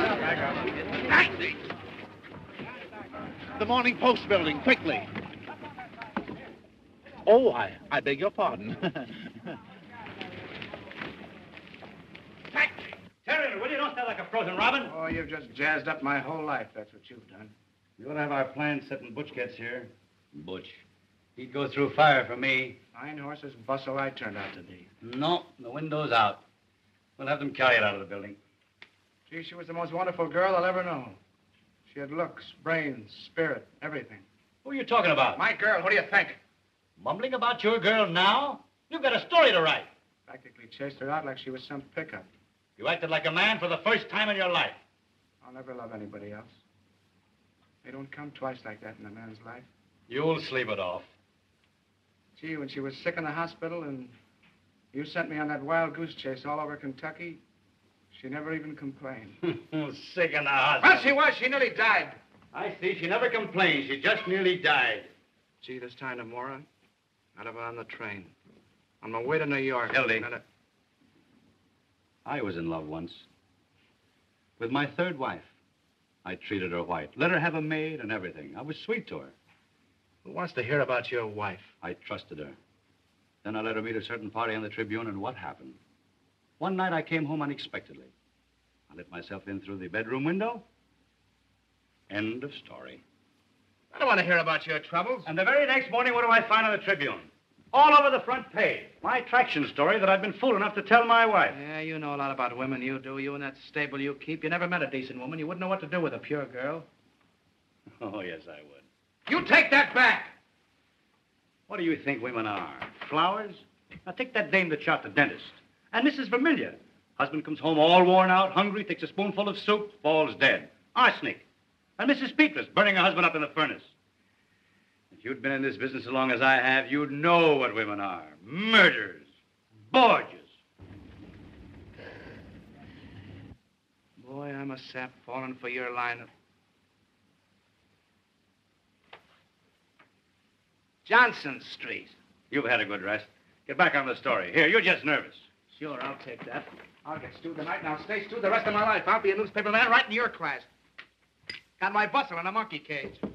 Shut up, you fathead. Who is it? Hello. Boss. Louis. What's the matter? Where's the old lady? What'd you do with her? What happened? You been in a fight? Down on Western Avenue. It's going 65 miles an hour, you know what I mean? Take that mush out of your mouth. Where's the old lady? I'm telling you. We ran smack into a police patrol, you know what I mean? We cut him in half.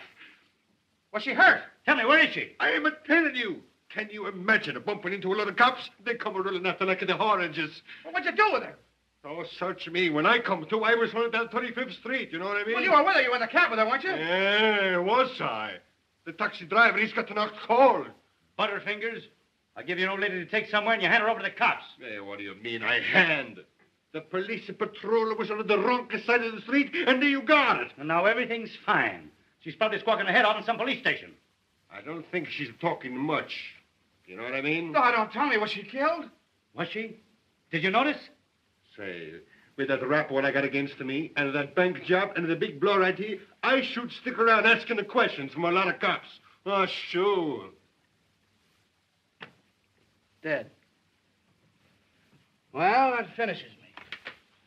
Well, that's fate, Hildy. What will be, will be. Oh, sure. But what am I going to tell Peggy? What am I going to say to her? You'll never see her again. I'll snap out of it. Would you rather have had the old lady bringing the whole police force in here? But I killed her. I did it. What am I going to do? How am I ever going to face her? Look at you.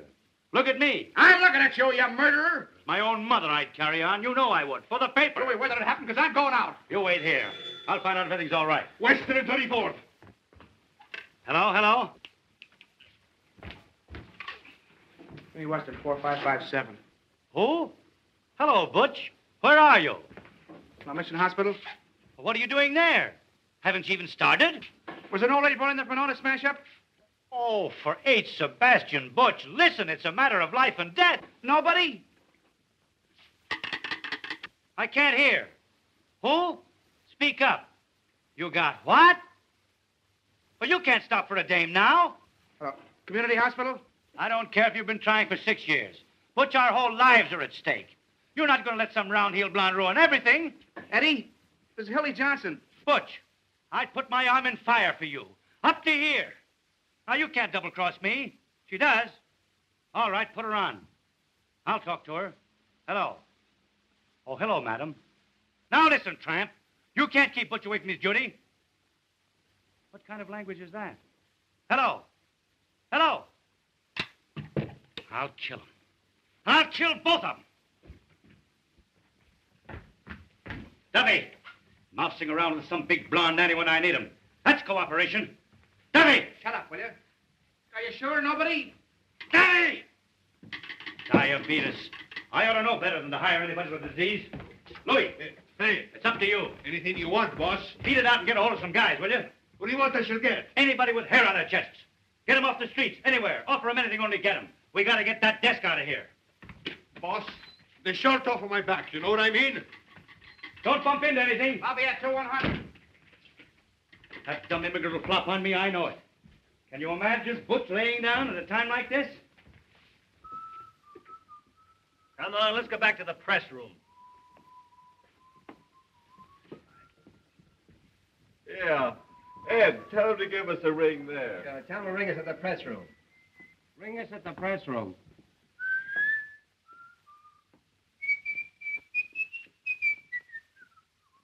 Louis, don't get back in 5 minutes, we'll get it out alone. There are millions of ways. We'll start a fire, and the firemen can carry it out. The confusion. Ring that number, will you? Come here, see if we can move it. Hello, is this the lying-in hospital? Well, did you have an auto smash up there in the last... Will you come here? Well, I beg your pardon. When I'm surrounded with my back against the wall, you're not going to lay down on me. I'm going to lay down on you and spit in your eye, you murderer. Yella, huh? I don't care what you think I am. I'm going out and find my girl's mother. Oh. You and Butch McGurk, woman lovers. Don't open that. Here he is. Just a minute, Johnson. Well, go with me. What's the idea? What's your hurry? Wait a minute. We want to see you. Keep your paws off of me, will you? Only mine. Wait a minute, Hartman. Wait a minute. Who do you think you are breaking in here like this? You can't bluff me, Burns. I don't care who you are or what paper you're editor of. Let me go. Fellas, something's happened to my girl's mother. Hang on to it, boys.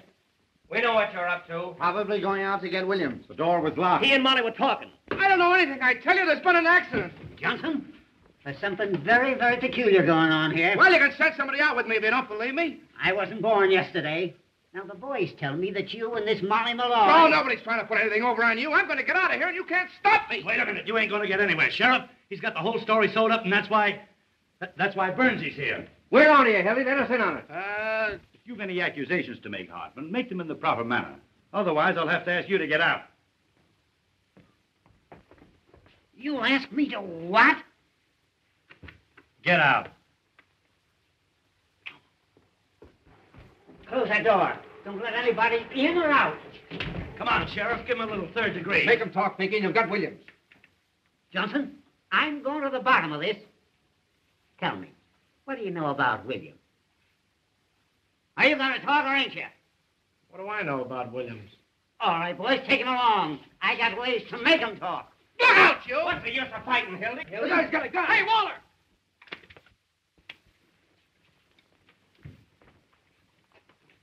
Give me that.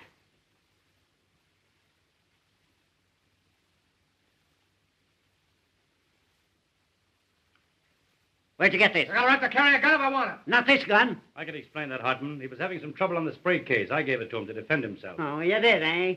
Well, that's very, very interesting. This happens to be the gun that Earl Williams shot his way out with. Oh, getting married, huh? Maybe Williams was going to be his best man. That's pretty, Hildy. Crossing your own pals.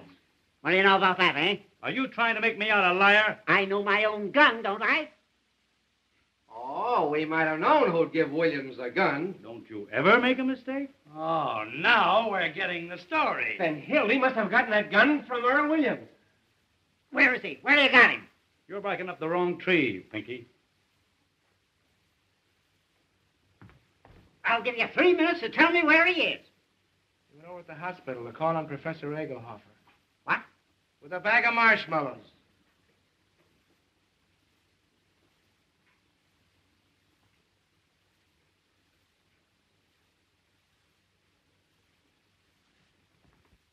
Take a magazine along.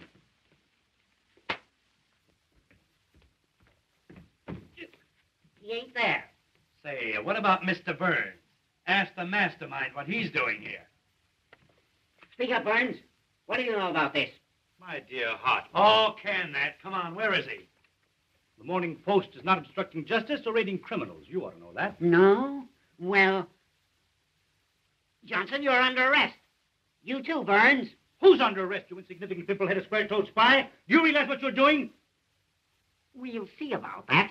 Carl, get the mayor on the phone. Ask him to come over here.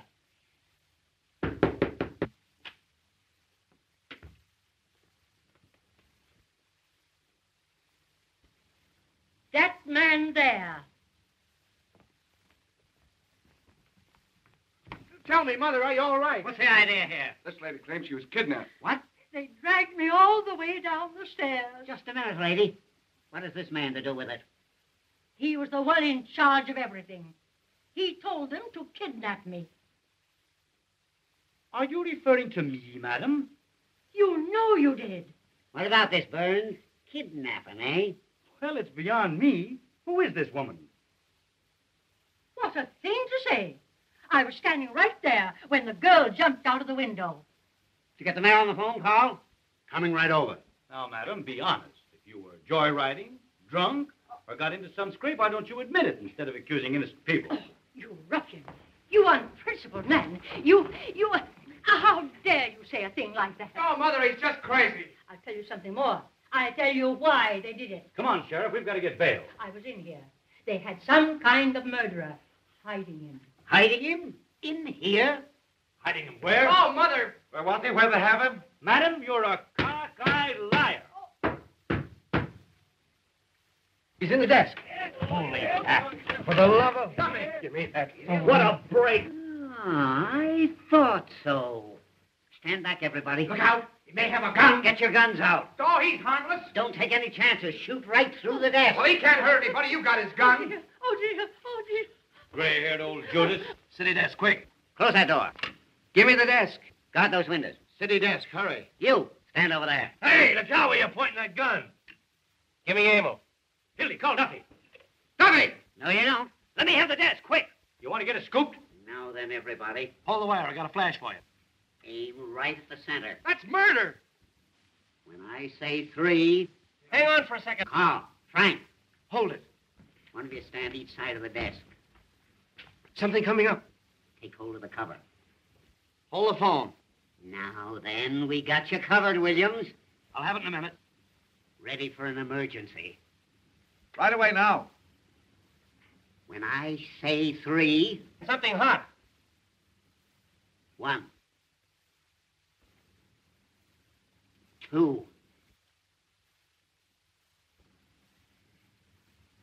Up with it. Go on. Shoot me. Earl Williams, just captured in the press room of the criminal courts building, hiding in a desk. Gotcha, Williams. Williams found in a roll top. Have Williams hiding. Found Williams' hiding place? Williams put up a desperate struggle, but the police overpowered. He offered no resistance. He tried to shoot it out with the cops, but his gun wouldn't work, so... Trying to break through the cordon of police. Williams was unconscious when they opened the desk. Hey, Duffy, the post just turned Williams over to the sheriff. More in a minute. Put the cuffs on those two. Anonymous note received by the sheriff led to Williams' capture. More later. A well-dressed society woman tipped off the cops. Call you back. An old sweetheart of Williams double-crossed him. Following a well-defined trail of blood, the sheriff, Williams gave away his whereabouts when he sent out for food. The sheriff is now tracing a mysterious phone call that gave away Williams' hiding place. Call you back. Where's the old lady? Hey, madam. Where'd she go? Where's the old lady?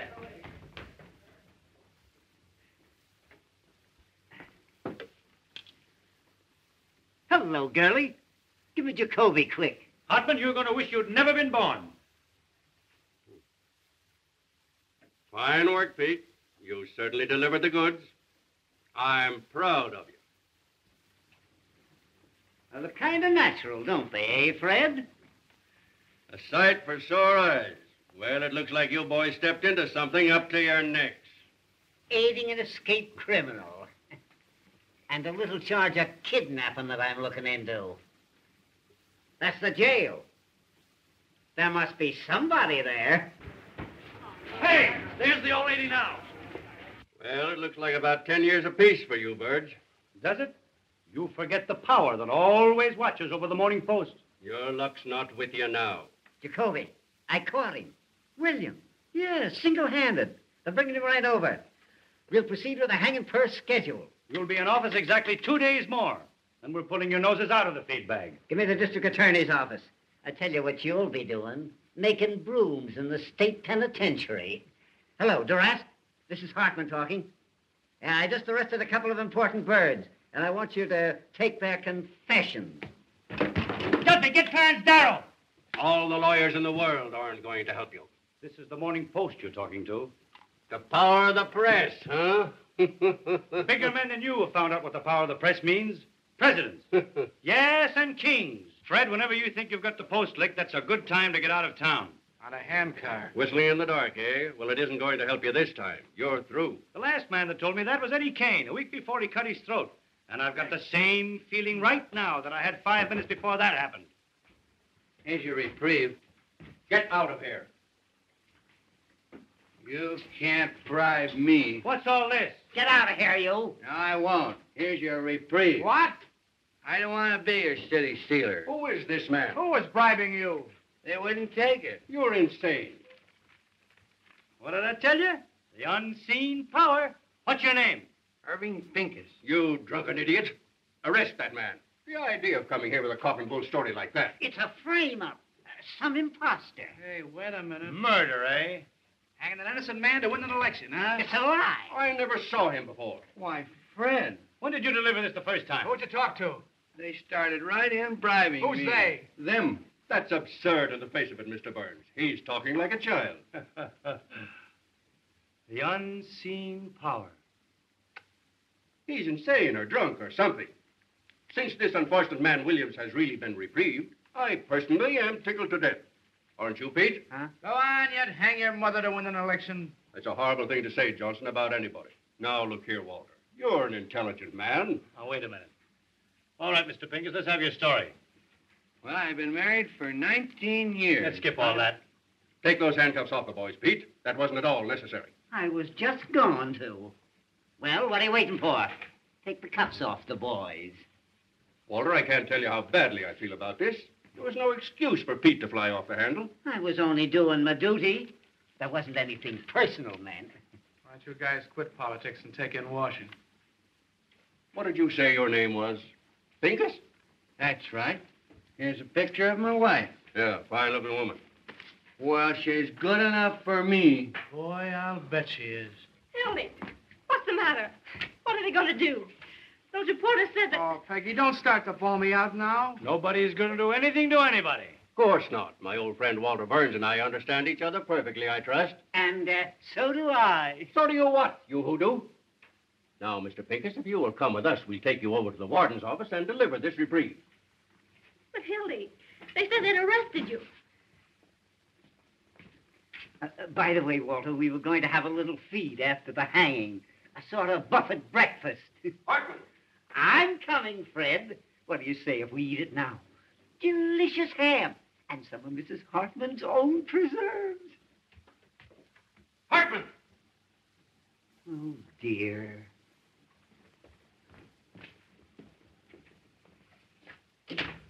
Wait till those two future pencil peddlers read the Post in the morning. Say, Hildy, get that guy Pincus over to the office tomorrow. Nothing doing. I'm all washed up. What? I mean it this time, Walter. Oh, Hildy, if I only thought you did. Peggy, if I'm not telling the absolute truth, may I fall dead. I'm going to New York with you if you give me this one last chance. I'm going to cut out drinking and swearing and everything connected with that crazy newspaper business. Honey, I won't even read a newspaper. I've got an idea. No.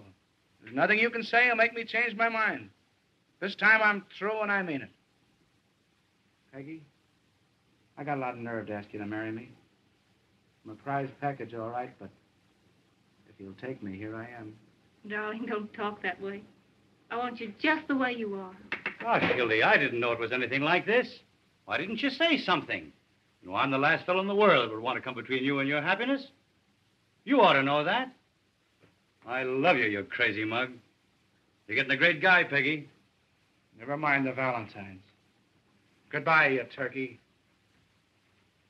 You're a great newspaper man, Hildy, and I'm sorry to see you go.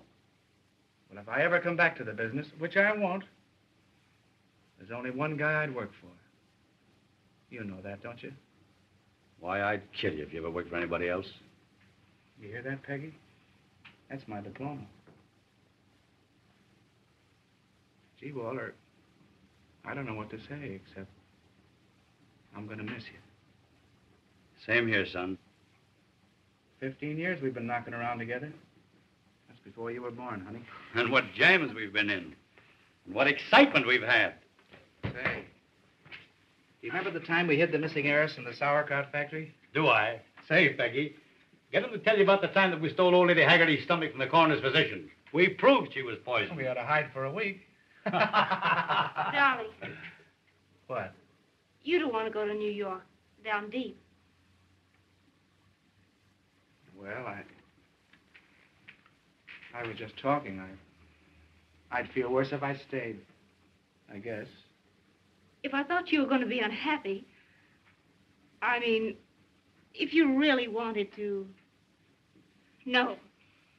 This is your chance to have a home and be a human being, and I'm going to make you take it. Why, I wouldn't let him stay. Go on before I make you city editor. Hurry up, Peggy. He means it. Any objections to my kissing the bride? No, it's okay with me. Go ahead, Mrs. Johnson. Thanks. What time does your train go? There's another 12:40. New York Central, eh? Gee, I wish I had time to buy you a present, but... Wait a minute. I've got it. Oh, no, Walter. Make me feel like I'm the bride. Shut up. It was a present from the big chief. And if you look inside, you'll find a little inscription. To the greatest newspaper man I know. When you get to New York, you can scratch out my name and put yours in its place if you want to. You know I wouldn't do that. Take it, Hildy. Mr. Burns wants you to. You don't want to hurt his feelings. Well, this is the first and last thing I ever got from a newspaper. Goodbye. I've always had a queer opinion of you, Mr. Byrne. I still think you're a little peculiar, but you're all right underneath. I mean, I think you're a peach. So are you. You look just like a flower. Goodbye, you big baboon. Goodbye. Goodbye, Johnson. Be good to yourself and the little girl. Same to you and many of them.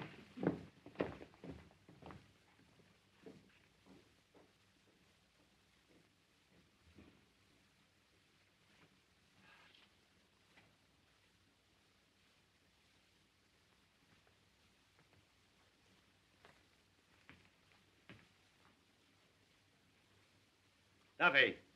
Listen, Duffy. What's the first stop of the 1240 to New York? That's right. I want you to send a wire to the chief of police there. Tell him to meet that train and arrest Hildy Johnson. Bring him back here. Wire him a complete description. The son of a stole my watch.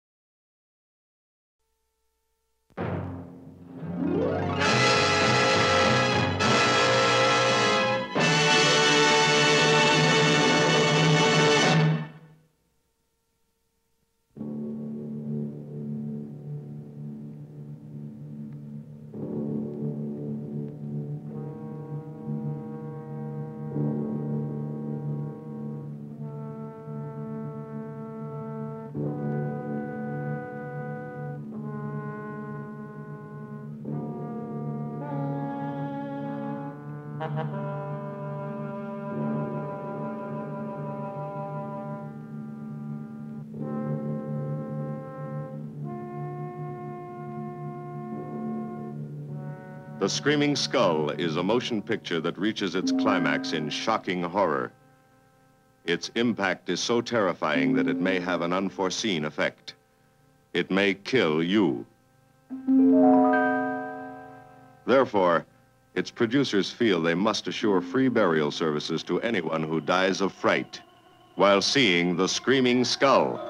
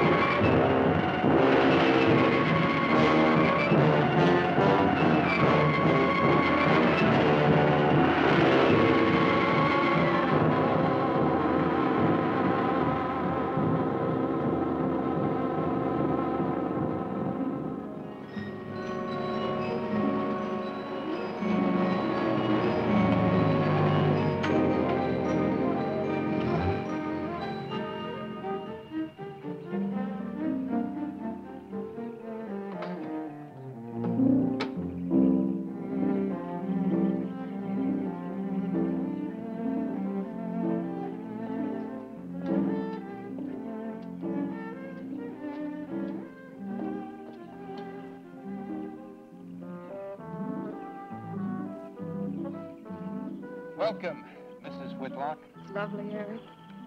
You look disappointed for a moment. I did not. It's really lovely. Oh, look.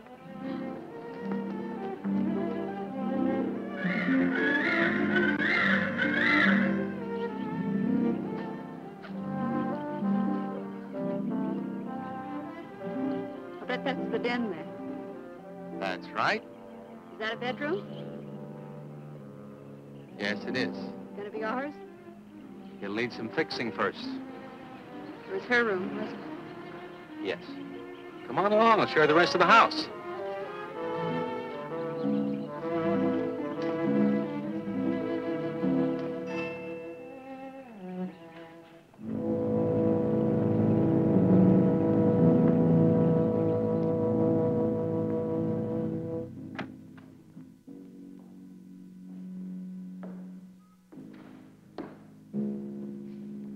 It's rather forbidding now, I suppose. Empty like this. But it was usually this way. Shortly after Marion and I were married, she removed all the furniture her parents had left her. This is our home, she used to say. And we must choose everything carefully. Well, we didn't get very far before she died. But now that you're here, it's going to be lovely again. I'll get the things out of storage tomorrow. They're all in town in the warehouse.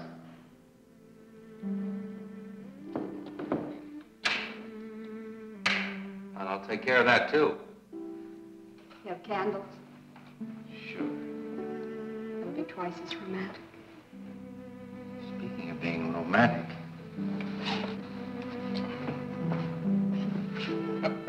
I got to carry you over the threshold. I love you. I love you. Jenny, I thought life had died out for me.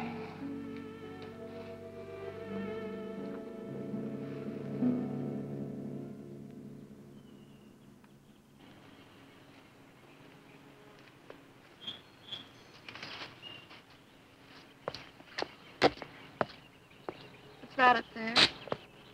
Oh, that's where Mickey keeps his gardening things. Who's Mickey? The gardener. He's kept it up the 2 years I've been away. By himself? That's right.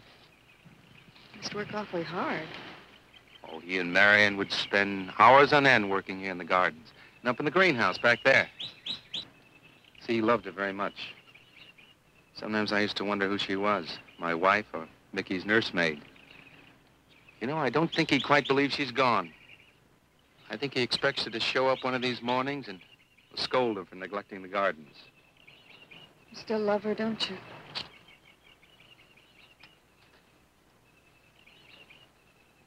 No, I'm not jealous. I'm grateful to her. I think to have loved once, really loved, to learn how to love always. Learning it from her, you give again to me. I wish there was some way to thank her.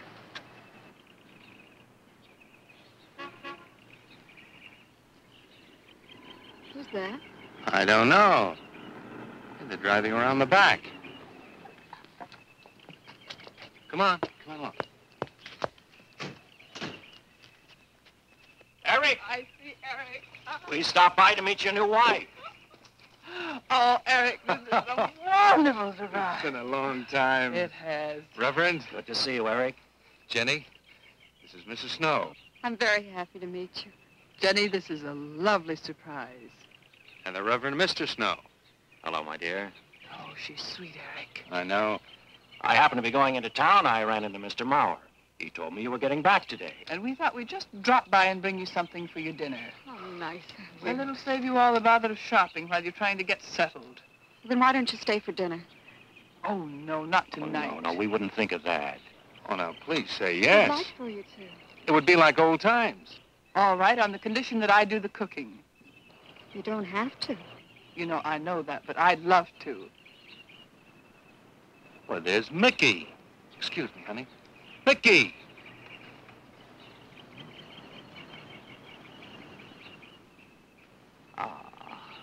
Poor Mickey. He keeps this place up like a shrine. Eric told me how he loved Marion. Mickey's father was a gardener here when Marion's mother was alive. Mickey and Marion grew up together here. Jenny, this is Mickey. How do you do, Mickey? I hope we'll be good friends. Well, Mickey?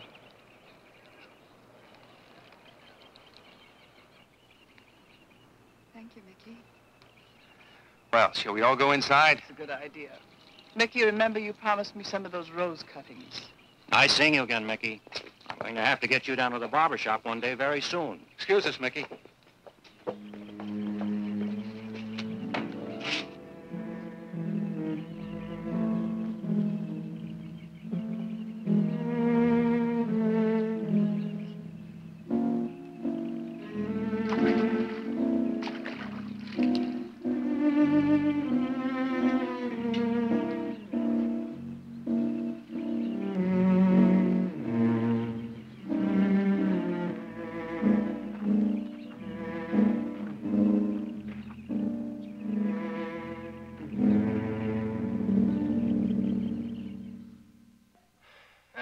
That's done. Oh, now please be careful. Oh, Edward, now don't break your neck. You're doing great, Reverend. Don't worry. Good heavens. Honestly, the two of them are just like children. Well, that doesn't look too bad, Eric. Jenny, I hope you have more luck in getting your husband to mine than I've had with mine. You know, you've got to admit it does make the room look better. Very well, Tyson. For penance, you can come and help me with dinner. Now, come on. Edward, you keep Jenny company? Yes, dear.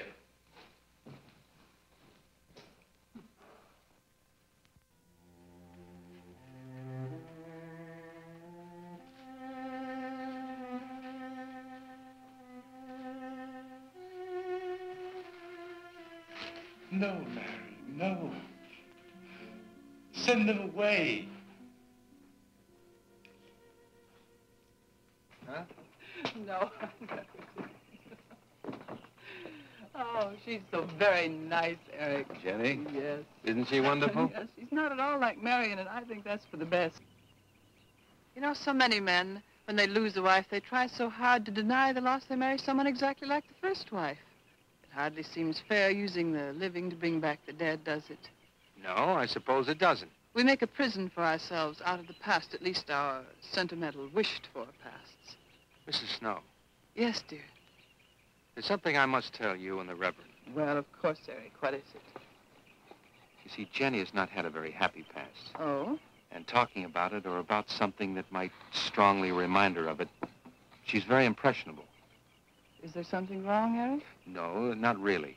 You see, she lost her parents many years ago in a very tragic way. And talking about unhappy past only, she's very impressionable. See, I want her to be happy, Mrs. Snow. Of course you do, and so do we all. Now, how did she lose them? Well, look, I'm not prying, dear. It's just that Mr. Snow and I can help better if we know something about it. They drowned in an accident. Jenny saw it all. Who's Mr. Mauer? Mr. Mauer? Why, he's a lawyer in town. I thought no one knew we were coming. You said you heard from Mr. Mauer? Well, Eric wrote him. He takes care of the estate, or what's left of it. Oh, that's right. Eric has to see him tomorrow. Well, Eric's co-executor of the estate along with Mr. Mauer. You see, Marion's death was so sudden that, well, all that was left to Eric was the house and these grounds. Mr. Mauer told me that Eric had found someone very sweet and very kind, and with whom he was very much in love. He didn't say enough.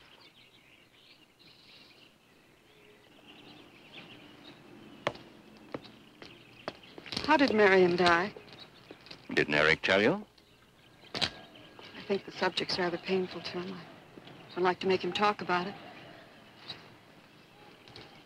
Would you mind telling me? I'd like to know. It was a rainy day. She and Mickey had been working up there in the greenhouse.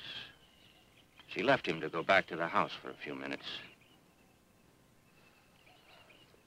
The way we pieced it together after the accident is that while she was coming down this path, apparently it began to rain very hard. She must have run along here. We don't know, of course, what happened then. Perhaps she slipped on a leaf. Base of her skull was smashed.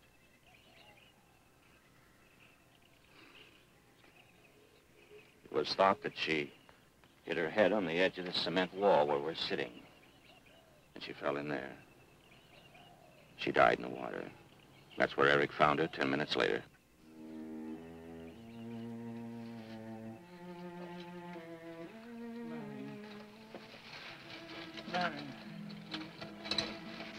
Marion, you said, Mickey, wait here. I'm going down to the house for just a minute. Wait here, Mickey, you said, and then you went away in the rain, and you didn't come back to play. Man, why did you... And don't forget that you and Eric are coming for lunch day after tomorrow.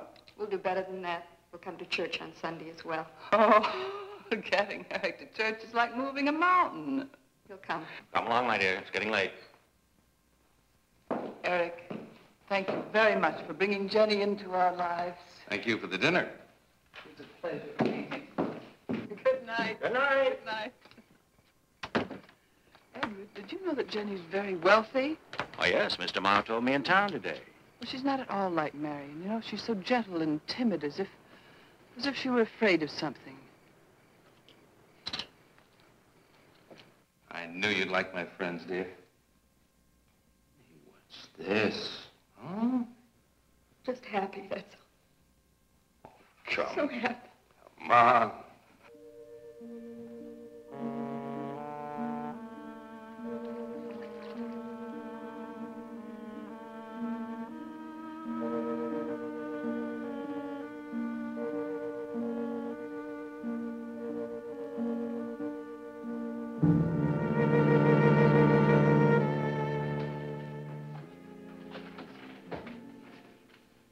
How are the cots?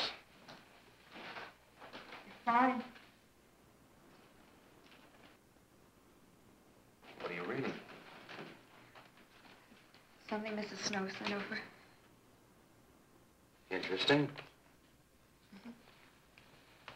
It's called Beast in the Jungle.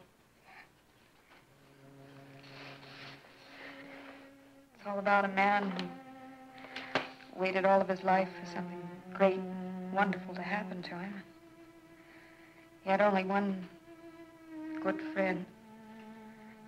It's a woman whom he confided. And she died. At her grave, he suddenly realized that she was the great and wonderful thing that he'd waited for all of his life. But it was too late then. His memories, like a beast in the jungle, rise up out of the past, overwhelm him. Poor fellow. He doesn't know what he missed.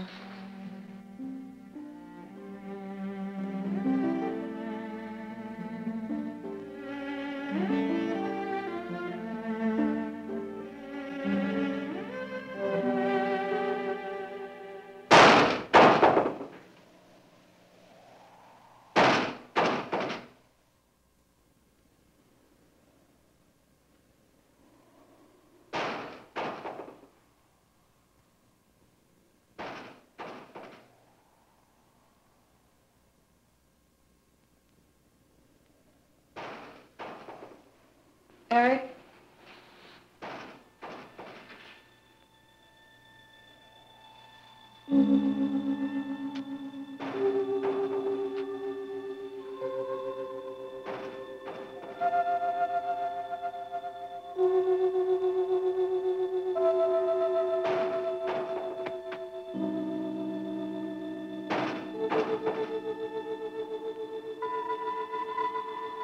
Eric?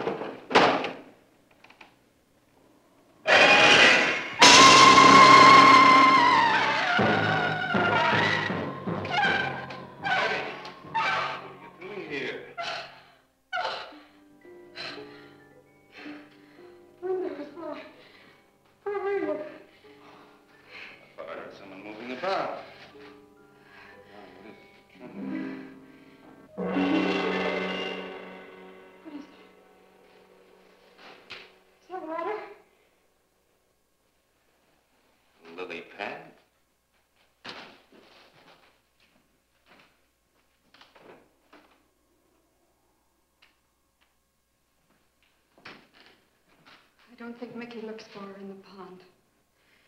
Jenny, now stop it. I can't help it, Eric. That bad feeling's come back.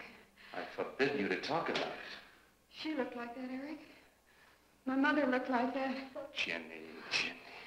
I can't help it, Eric. Darling, you're just talking yourself into those same old fears. I've got to talk about it, Eric. I have to talk about I it. forbid you to talk about it now. Just that with you beside me, I'm alive again. I don't want to be sick anymore. Honey, look. Now, you mustn't go on thinking like this. Oh, besides, how could a very poorly done self-portrait upset you so much?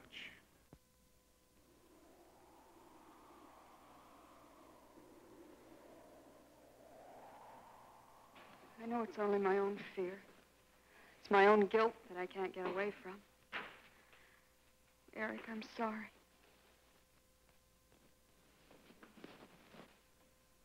Oh, I want you to listen to me. I want you to believe me.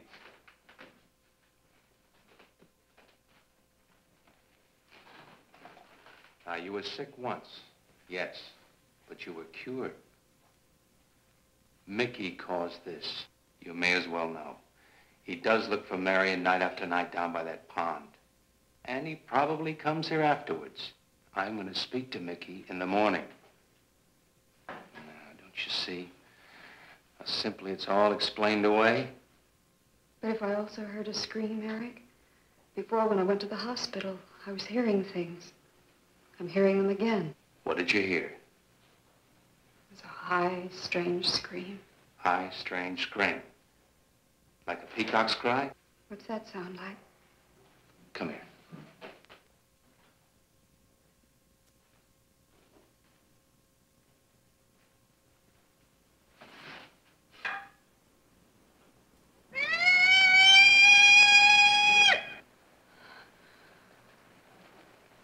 Sound like that? You see? It's all very, very real. Such a fool. You feeling better now? Yes.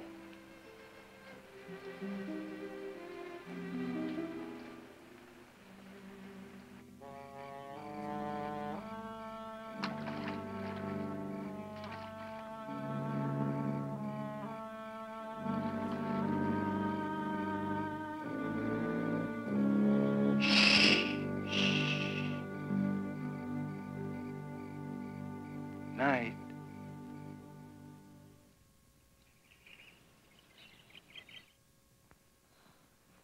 We won't be bothered with any of Mickey's nightly visits anymore. I've forbidden him to come into the house. I was just nervous last night. I wish you wouldn't take it out on Mickey. Now, he's a child. Must be disciplined. I'd like him to feel I'm his friend. Why don't you do some gardening with him while I'm in town? If he sees you're interested, you win him over quickly enough. Wait a minute.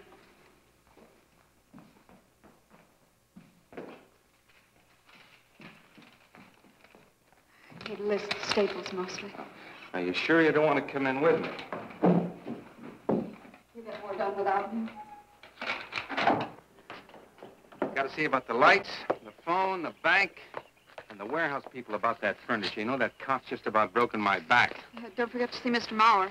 I have to see him this evening. It's a bore, but I'll have to see him. Will you be home in time for dinner? I'll wait for you. Now, if I'm not, don't you worry, darling. Getting out of Maurer's clutches sometimes requires an act of God. I love you.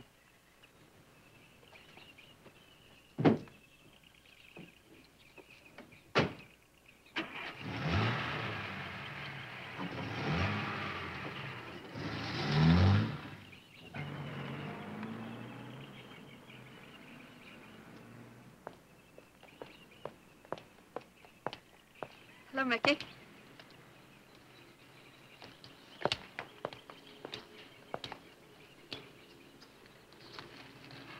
Oh, look out. You almost cut him. He's a handsome one, isn't he? So cuddly and warm. When I was a little girl, I used to want to be a caterpillar. So I was a very little girl. Here you go. Marion must have loved her gardens. We'll keep them lovely for her always. You know what I'd like to do, Mickey? I'd like to pick some of the nicest flowers and take them to her. Would you like that? Yes. Eric told me she was near here. Would you show me where?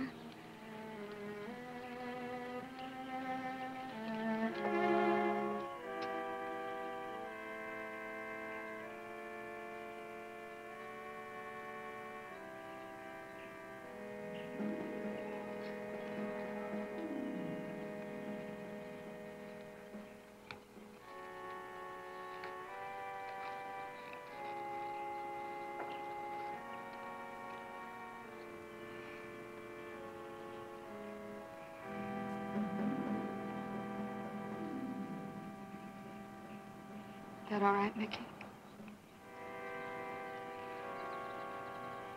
I'm sure it was a great loss to all of you, Mickey. She cries Cries? in the night. Dead people don't cry, Mickey. I heard her. Heard her?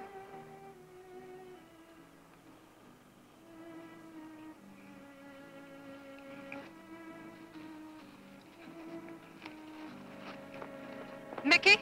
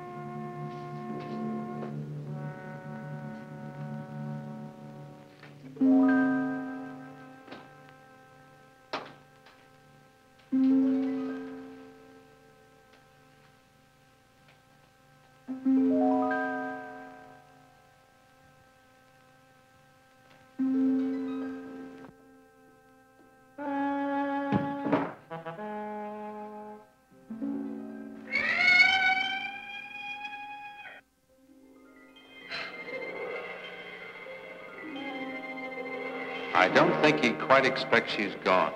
She cries. She cries in the night. I think he expects her to show up one of these mornings. She died in the water. The base of her skull was smashed. She didn't want to die. She died in the water.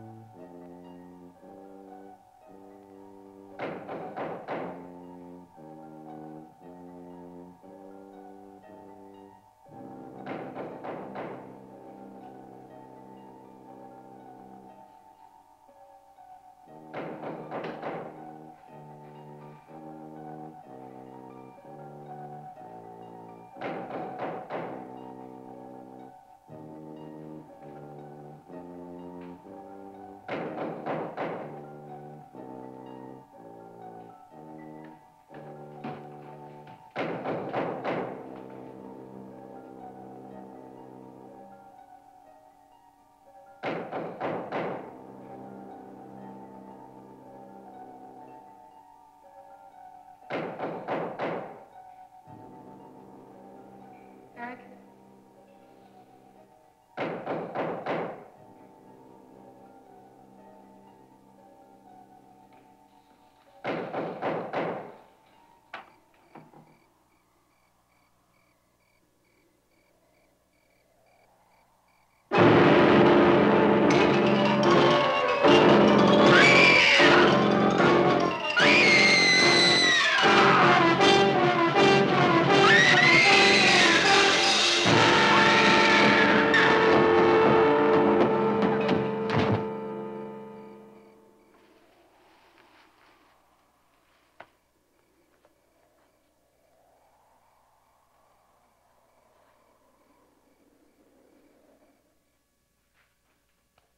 Jenny. Jenny? Jenny? Honey? Honey? It's all right, darling. It's all right. I'm right here. I'm right here. Just lie back. That's right. Just lie back. It's all right.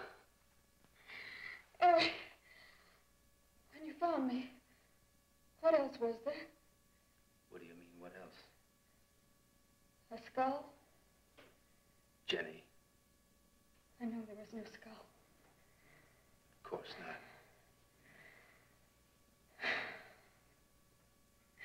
Mickey says Marion cries at night. Why, that childish, stupid... Don't blame him. We both hear the peacocks.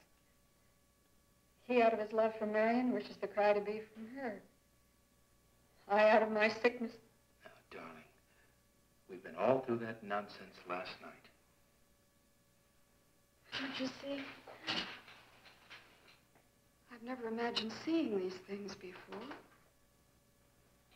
To just stand there and see it. Have it turn out to be nothing.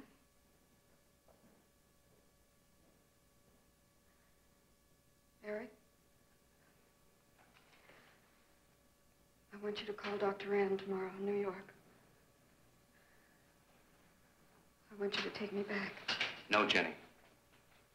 Now, it may sound selfish, but don't you see, having you to love, I'm happy too. I don't want to lose that. Now, in the morning, Mr. Snow will be here, and we'll tell him. He's very comforting. And I think he'll agree with me. About what?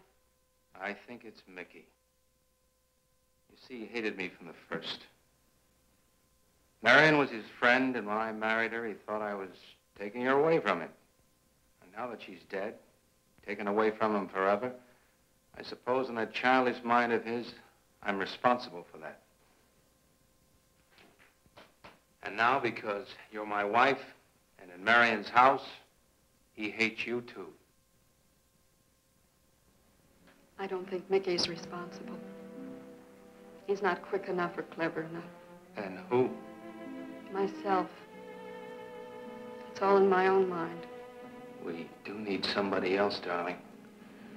We need somebody outside of the confusions of our love for each other. Now, the Reverend Snow will be here in the morning.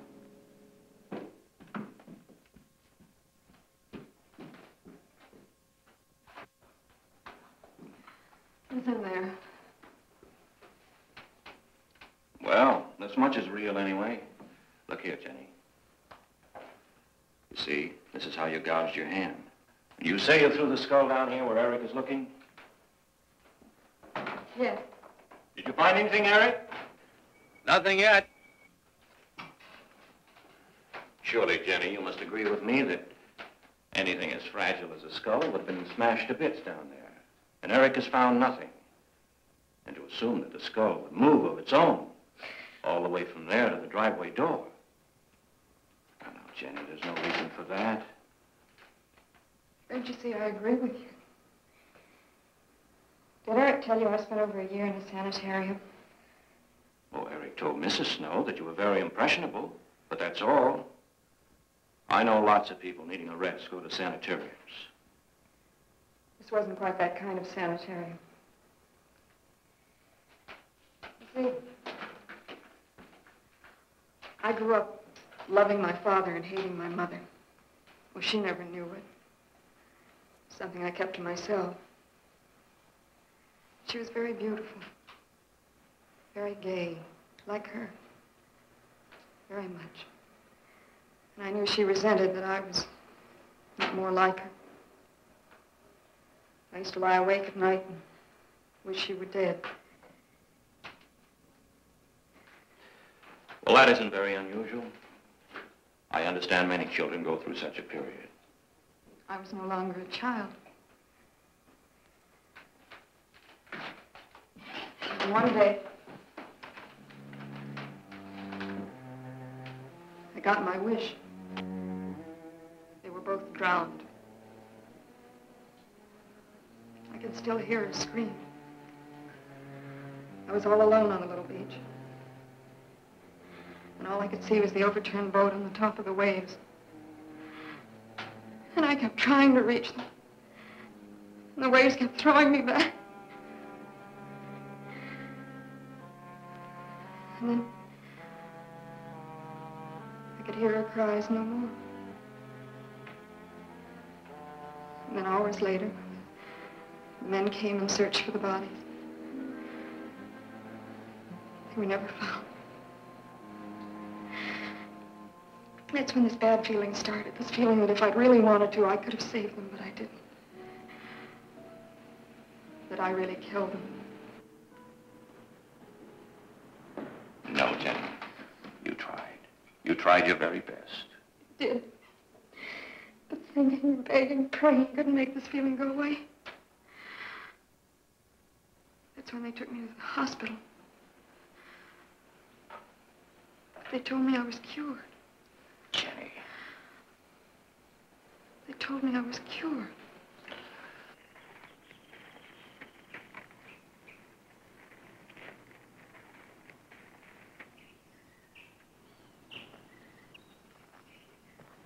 Mickey?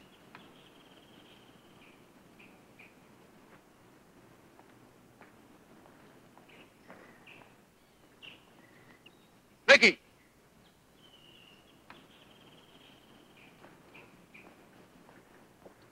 You go on. I'll be there in time for lunch. Well, where do you think he's gone off to, Eric? Who knows about Mickey? He might be hiding. You looked at Marion's grave?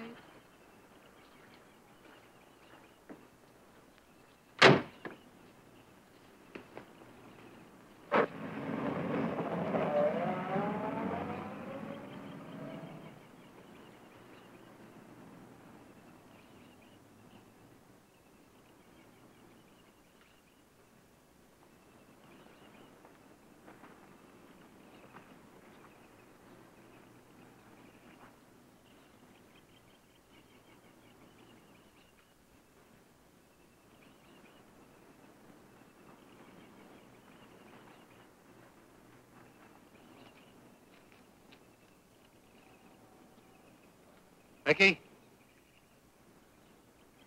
Mickey! Mickey!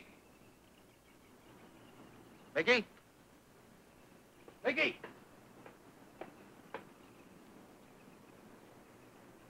Mickey!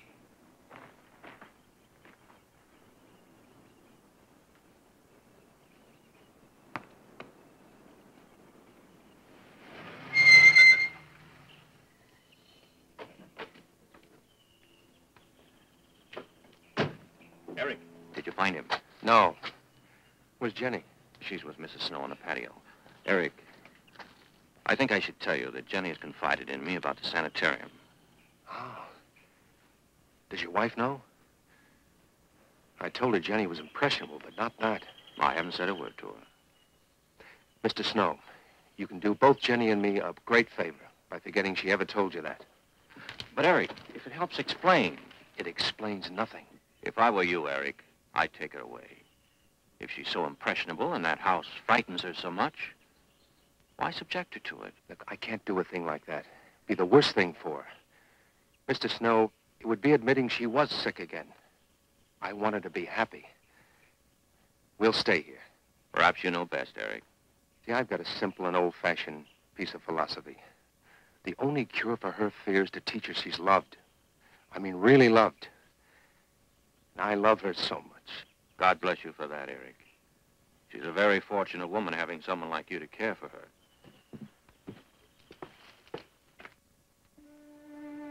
Be night soon. Oh, Jenny, Jenny. I'm sorry. Darling, you've got to believe it will not happen again. Ever. Mickey? Mickey! Eric. Eric!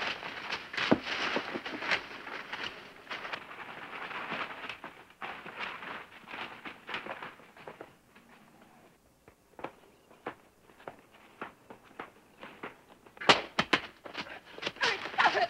All right. What are you going to do with that skull? Stop it! It wasn't his Where did you fault. get it? Leave him alone. I'll take care of this, Jenny. Now, I know you don't like me, Mickey.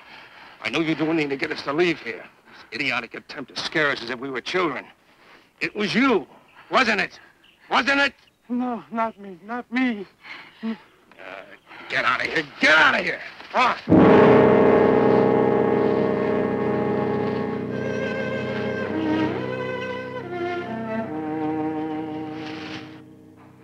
I wish you'd apologize to him. You know as well as I do it's not his fault. It's all in my own mind. Jenny, I'm going to do something. And you're going to help me do it. What's that? That portrait upstairs. It reminds me of your mother. Yes. You were fine until you saw it. Now it has you all preoccupied with memories of the past. We're going to burn it. It's precious to you, Eric. The picture means nothing to me. I want you to be happy. We can't be until this fear is out of our lives.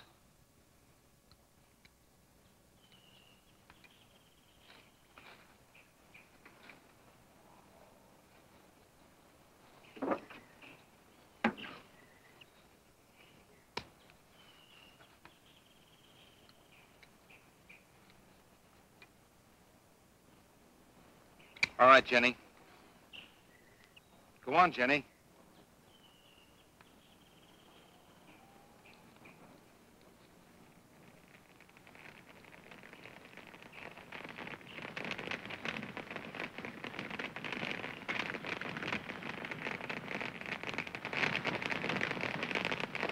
Let's go back to the house.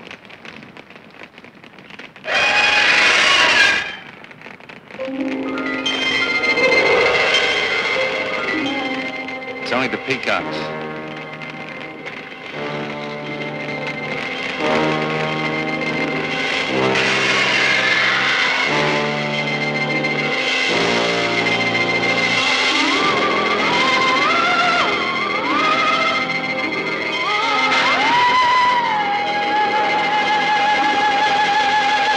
Fire's almost out.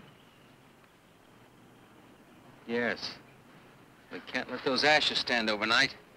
And the brush in these hills is a regular tinderbox.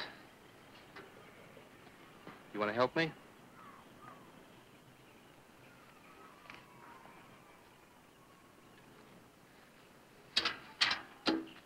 Now, you feeling better? It's as if I destroyed her with my own hands. She'll come back, Eric.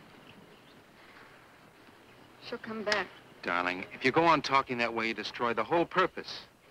Now, the thing is out of the house, and it's over. You just give it half a chance. You'll begin to forget it.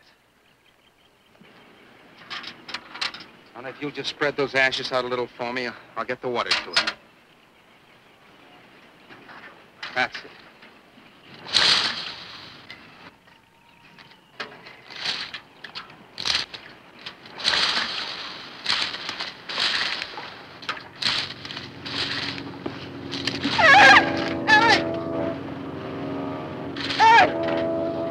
What is it, darling? The skull! It's the skull! Darling, there's no skull there. There's no skull there, darling. There is no skull there, Jenny. Darling, there's no skull there. There's no skull.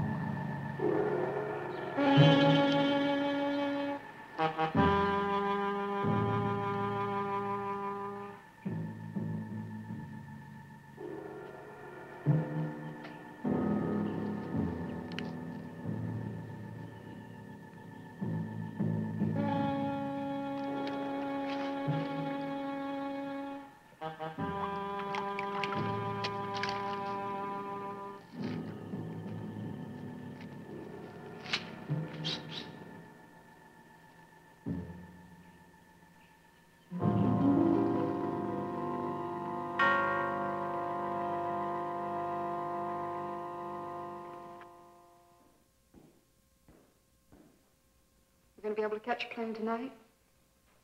When we get into town, I will call Mr. Maurer. He'll arrange a midnight plane. Thought there'd be more time. Time for so many wonderful things. It's gonna be all right. Of course.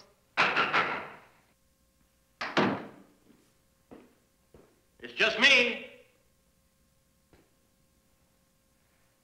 It's gonna be all right.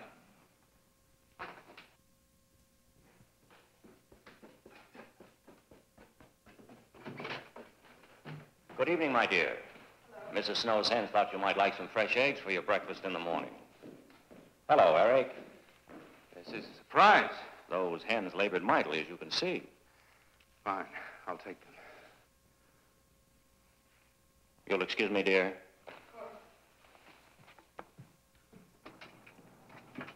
What is it, Eric? I've got to take Jenny away. That hospital she was in before. It happened again? I thought it would help her if we got rid of that portrait. You know the one. Yes. Well, we burned it. She saw a skull in the ashes. You were there? I saw nothing, of course. Of course. And I thought it was Mickey. But when I was there myself and I saw her... Mr. Snow, there's something I've never told you. I've never told anybody. But when Jenny was put away in that hospital, she tried to do away with herself. I'm terribly afraid. You think she might try it again? I know she will. Unless I get her back to that hospital. When are you going? Tonight. We shall miss you. Mrs. Snow and I have grown very fond of Jenny. Yes, and she of you. I don't suppose you'll be coming back here again, Eric? No. Never. I'll miss him and his wife. He's very kind. Yes? When I said goodbye to him just now, he tried to talk me out of what I saw. How? He said he felt the skull was real. It's the kind of bring some men in the morning to search the estate.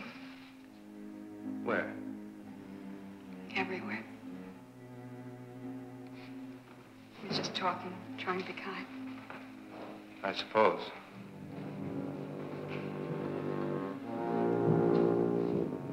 I'll go upstairs and pack. You want to come with me? I'll be up in a minute.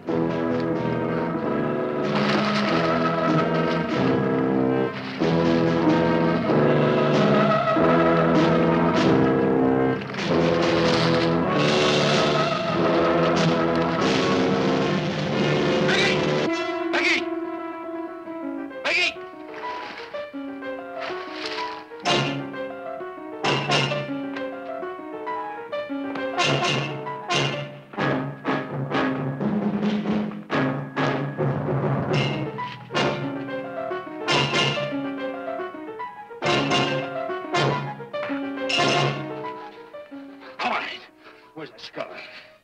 You saw me put it in the pond. You must have. Where is it? I don't know. Don't lie to me. Don't lie to me. don't. Where is it? I don't know. Tell me the truth. You took it. Tell me. Tell me! Didn't take it. Who? Not me. Who? Mary took it. Mary took it. You and your Mary.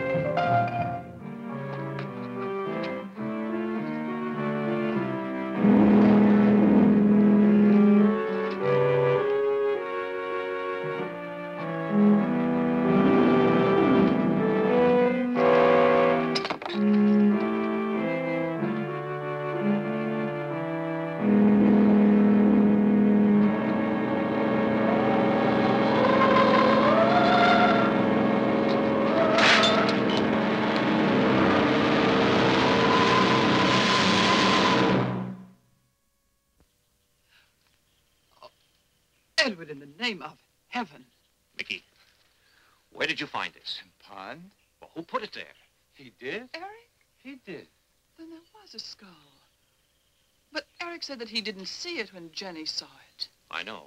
Oh, but why should Eric lie like that? Mickey, those other times with the skull, did you do it? No. Mickey, you've never lied to me before. Lying is a sin. You understand that? You must not lie to me now. Did you do it, Mickey, all those other times? No. I simply do not understand that. If it wasn't Mickey. And it wasn't her imagination. But why would Eric do such a thing? I don't know. I just don't know. Well, what do you think we should do about it? We're going back there, to that house. Right.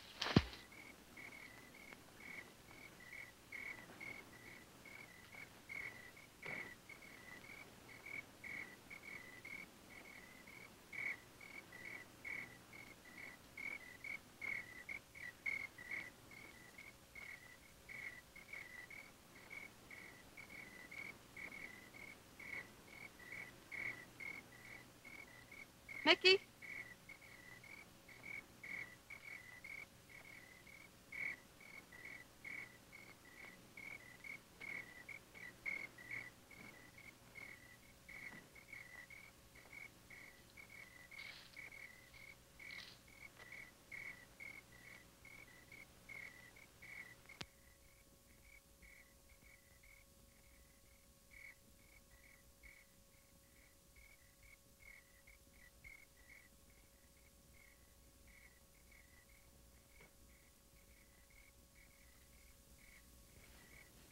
Mickey? Eric and I are leaving, Mickey. I'd like to say goodbye. I'd like to leave as your friend, Mickey.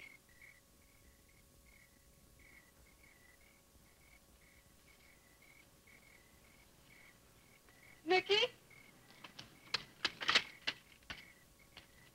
Mickey?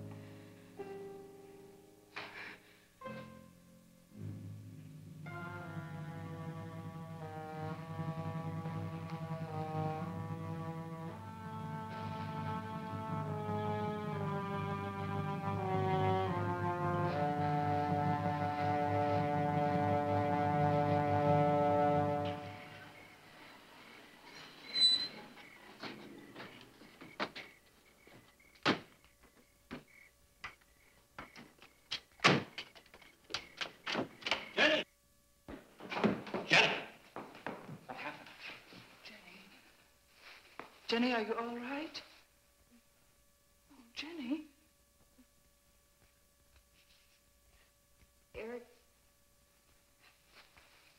Eric tried. Shh. Oh, Where is Eric? Don't. I don't know. I don't know. I'll find him. It's all right. Edward, now be careful. Shh. It's all right, darling. Oh, it's all right. Don't cry. Come on. Eric! Eric! Please answer me! Eric! Eric! Eric, where are you? Eric! Eric!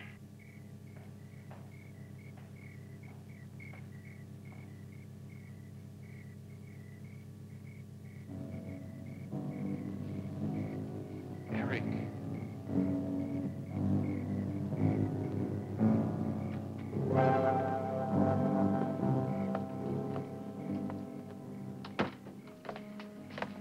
Why did he do it? Your money. The question is now, did Marion die in an accident? I suppose we'll never know.